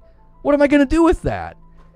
Play games I have over here, buy them a second time and play them at lower performance? What? Why would I do that? It's an entry-level user-friendly gaming PC. Right, but that's the point though, is like there's multiple reasons to buy something like this. There's multiple reasons to buy something like this. One of the reasons that tons of people have been citing in YouTube comments, on Twitter, everywhere, in YouTube videos, one of the main selling points is I can finally play all those great Steam games in my living room. That value point evaporates into thin air if you could take a magic wand and wave it and get this utopia that they think we're headed towards, where there's no more exclusives. That's where we're headed. How are we headed to a future where there's no exclusives when the vast, and I mean vast, the vast majority of games that come out on Steam are only on Steam? If you did any market analysis at all that was worth more than the weight of a thimble, you would see that exclusives aren't going anywhere. This is just projection from Microsoft onto a market that they can't get a foothold in. So they're attempting to justify their exodus and their position into more publishing to be like, well, yeah, we think exclusives are antiquated. That's interesting, because the vast majority of Steam games are, I guess, antiquated then, because they only come out for Steam, or at the very least, they're exclusive to Steam for, sometimes 6 months to a year, because if they don't make enough money, some of them do, they make enough money and then they port the game to console. But a lot of the times they don't. The guy from Deep Rock talked about that. It's absurd. The observation is absurd. It's not rooted in fact. It's not rooted in business analysis. It's this reverse engineered recategorizing what an exclusive is. They went from celebrating Starfield as an exclusive, even though it hit PC day and date. They all celebrated it and they all referred to it as an exclusive. Now, if a game at some future point in the future will land on a PC, it's not an exclusive. So to them, Yote's not an exclusive, Death Stranding 2 is not an exclusive, because at some undetermined date in the future, it will be on PC, therefore it's not an exclusive. I mean, you talk about contorting your back and twisting yourself like a noodle to create some sort of logical, situation where exclusives are going away and exclusives don't matter. Yeah, because you've recategorized them and redefined them to something that's absolutely nonsensical. So Yote's not an exclusive, and Death Stranding 2 is not an exclusive, and there's only a couple. I mean, there's Astrobot, and there's Gran Turismo 7, and there's Demon's Souls Remake, and then there's every single PlayStation game when it first comes out, like Wolverine and Saros and Intergalactic, and, any of these other big titles when they come out, they're only on the PlayStation, but they're not exclusive because eventually at some undetermined point in the future, 18 months, 24 months, we don't know, it'll be on PC, therefore there's no exclusives, and exclusives are dying. Except for the fact that the platform that you're talking about, Steam, has more exclusives than any platform out there. Steam doesn't help you win this argument. Steam exposes the fact that the emperor has no clothes. You want to point to Steam to make your argument? You're chopping off the branch that you're standing on. It's the platform with the most exclusives. It's insane to me. It's absolutely insane to me. It's like, you think Steam is going to prove your point? It denies your point. It's a repudiation of your point. It shows that the industry isn't moving away from exclusives. It's insane. So what Lono is saying is that PC gaming is the place to be. Once again, we win. Yeah, I mean, that's an awful, misinterpretation of everything I'm saying. What did Game Logic say? Game Logic says that Jez is wrong. His thesis is built on false constructs, and the results he draws logically are also then incorrect, exponentially so. Units sold and revenue are not profitability. It is not the sole KPI that qualifies a successful strategy, and it's supporting OKRs. I shouldn't have to correct this every week in multiple conversations in the gaming community. We also need to consider ARPU and ARPPU and CLV. I don't know what any of this stuff is. It's not simple math. It's not even algebra. The effort to flatten the complexity is why the assessments are often so incorrect. The simple math is that consumers make tiebreakers when down selecting based on criteria, on unalikes, on product differentiators. The things keeping PlayStation from doing day and date are the strategic tenets that they have told you about and have been telling you about, most especially since the annual Investor Week calls of May, the earning calls since, and the publisher strategy slides. Why some choose to not listen, I am often bewildered by, making things up instead of listening to the published matters of record. Right, this is the other thing that frustrates me as well, is you're supposed to be claiming to be like commentating on the market and doing like market analysis, and you're literally ignoring everything PlayStation has ever said. They consistently signal in their earnings calls and in their shareholders meetings that they are not going day and date on PC. They're not doing it. Every game that they're building right now that will be PS5, PS6 cross-gen, everything they're doing right now is not being built for PC. They're not PC day and date. They're not building these for PC day and date. If they were building for PC day and date, they would have signaled that to the shareholders, they would have adjusted budgets and line items on the budgets, and they'd be hiring for parallel development. They're not doing any of that. You'd have to restructure your studios, you'd have to hire people, you'd have to increase budget, because time to market would increase, which means revenue spend is increased, which means margins are now potentially threatened and smaller. They would have to justify all of this to the shareholders. They would have to budget around all of this at their studios, and they're not doing it. They're not. But day and date's coming, and this is where the industry's going. Yeah, but when? Like when? All the indies and AA studios that build for Steam first are not walking away from that and just being like, well, no, we're all going to spend more money and hire more people because people that like Xbox keep saying that exclusives are going away, so we better get in line with where the market's headed. None of those studios are doing that. And PlayStation continues to signal that tentpole titles are to show off the hardware. They'll go to PC later. It's designed to bring people over to our hardware. We're not budgeting for day and date PC delivery. We're not reallocating staff and bandwidth at the studios to do parallel development. We're not doing any of that. Game development right now is, 4 years minimum, 6 years or more, which means anything they're building right now that's going to land in like 2029 or 2030, none of it's being built for day and date PC. So where in the future do you think this is going to happen? Nintendo's certainly not doing it as they dominate. PlayStation is absolutely loving this right now. It's lockstep with PS4 sales trajectories, and they're continuing to trot out exclusives. They're continuing to pay for exclusives. They're publishing exclusives. But exclusives are going away. It's not market analysis. It isn't. You're not doing analysis of the market. You're projecting something that Xbox is trying to claim is true, which isn't. Because the vast majority, Steam is this gargantuan repudiation of this claim. I mean, it is gargantuan. You quit fixating on Nintendo and PlayStation. Just look at Steam. If exclusives were going away, then Steam would be leading the charge. If anything, the games hitting Steam, they'd be leading the charge. That's where most of the games are hitting. That's where most of the games are releasing. Pull up the Steam database and look how many games are coming, right? Just scroll through this and look how many games come. This is literally just, here, let me sort it according to release date.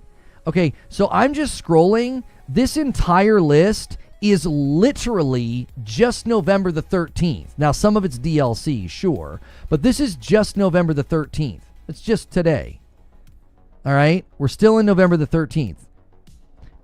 Almost two entire pages of just one day. Do you know how many of these games will never come to console and are exclusive to Steam? They are exclusive to PC. The overwhelming majority of these titles are not coming to console. So when someone says exclusives are going away and everything's going to be multi-plat in the future, I don't know what in the frick they're talking about, because they are certainly not talking about the gaming world that we live in now.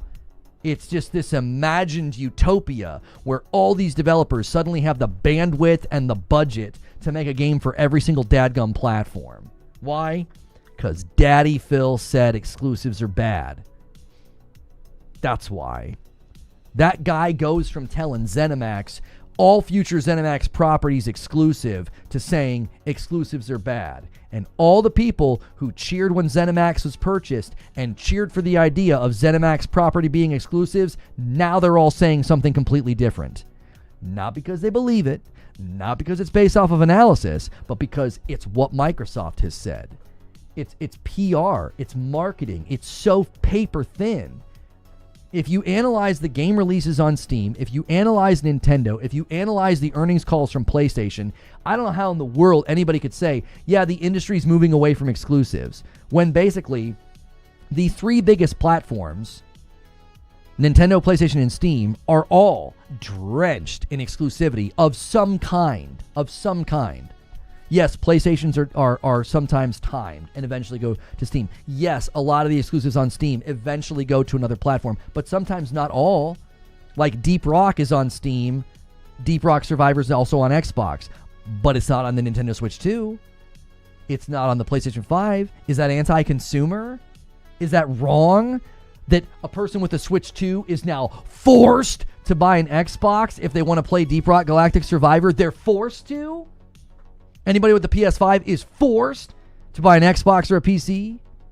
If they want to play Deep Rock Galactic Survivor, they're forced to? Like, do you see the argumentation, the vocabulary, the logic of it? It falls to pieces the minute you try to apply it to any other game. It is only, and I mean only, apply to PlayStation. They only ever apply it to PlayStation. They will hand wave Nintendo and say, Nintendo's just doing what Nintendo does. And then they look at PlayStation and they say, yeah, PlayStation's moving away from exclusives. They're copying Xbox. And there's not a single shred of evidence to that in the earnings calls, in the budgets, in the development pipelines of these games. There's nothing. Nothing to point to this.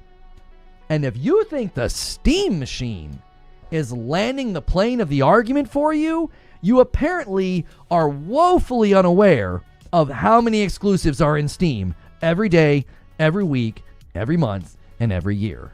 Because if you were aware of that, you wouldn't think that the Steam machine is some champion for the erosion of exclusivity.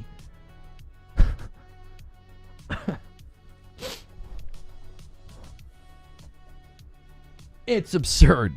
And I'm sick of it. I'm sick of it. Stop it. Stop making these arguments.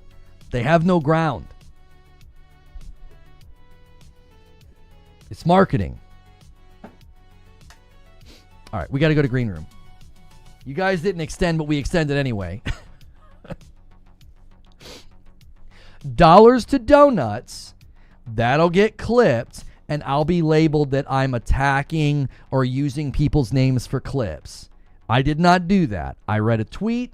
I've seen these arguments time and time again, and I strongly disagree with it. Anybody who describes what I just did as attacking somebody or using their name for clips is a liar, because that's not what I did. I read comments, and I disagreed with them. I read Game Logic's comments, and I added. I did not hate. I didn't name call. I didn't attack anybody. Anybody who claims that is dishonest. That is not what I did. Sorry, I had to drop the tweet. It made me twitch. I mean, it made me rant, so. Okay, use the Discord command in chat. Use the Discord link below in the description. And we will, we're going to go to the Green Room right now. All right? Okay.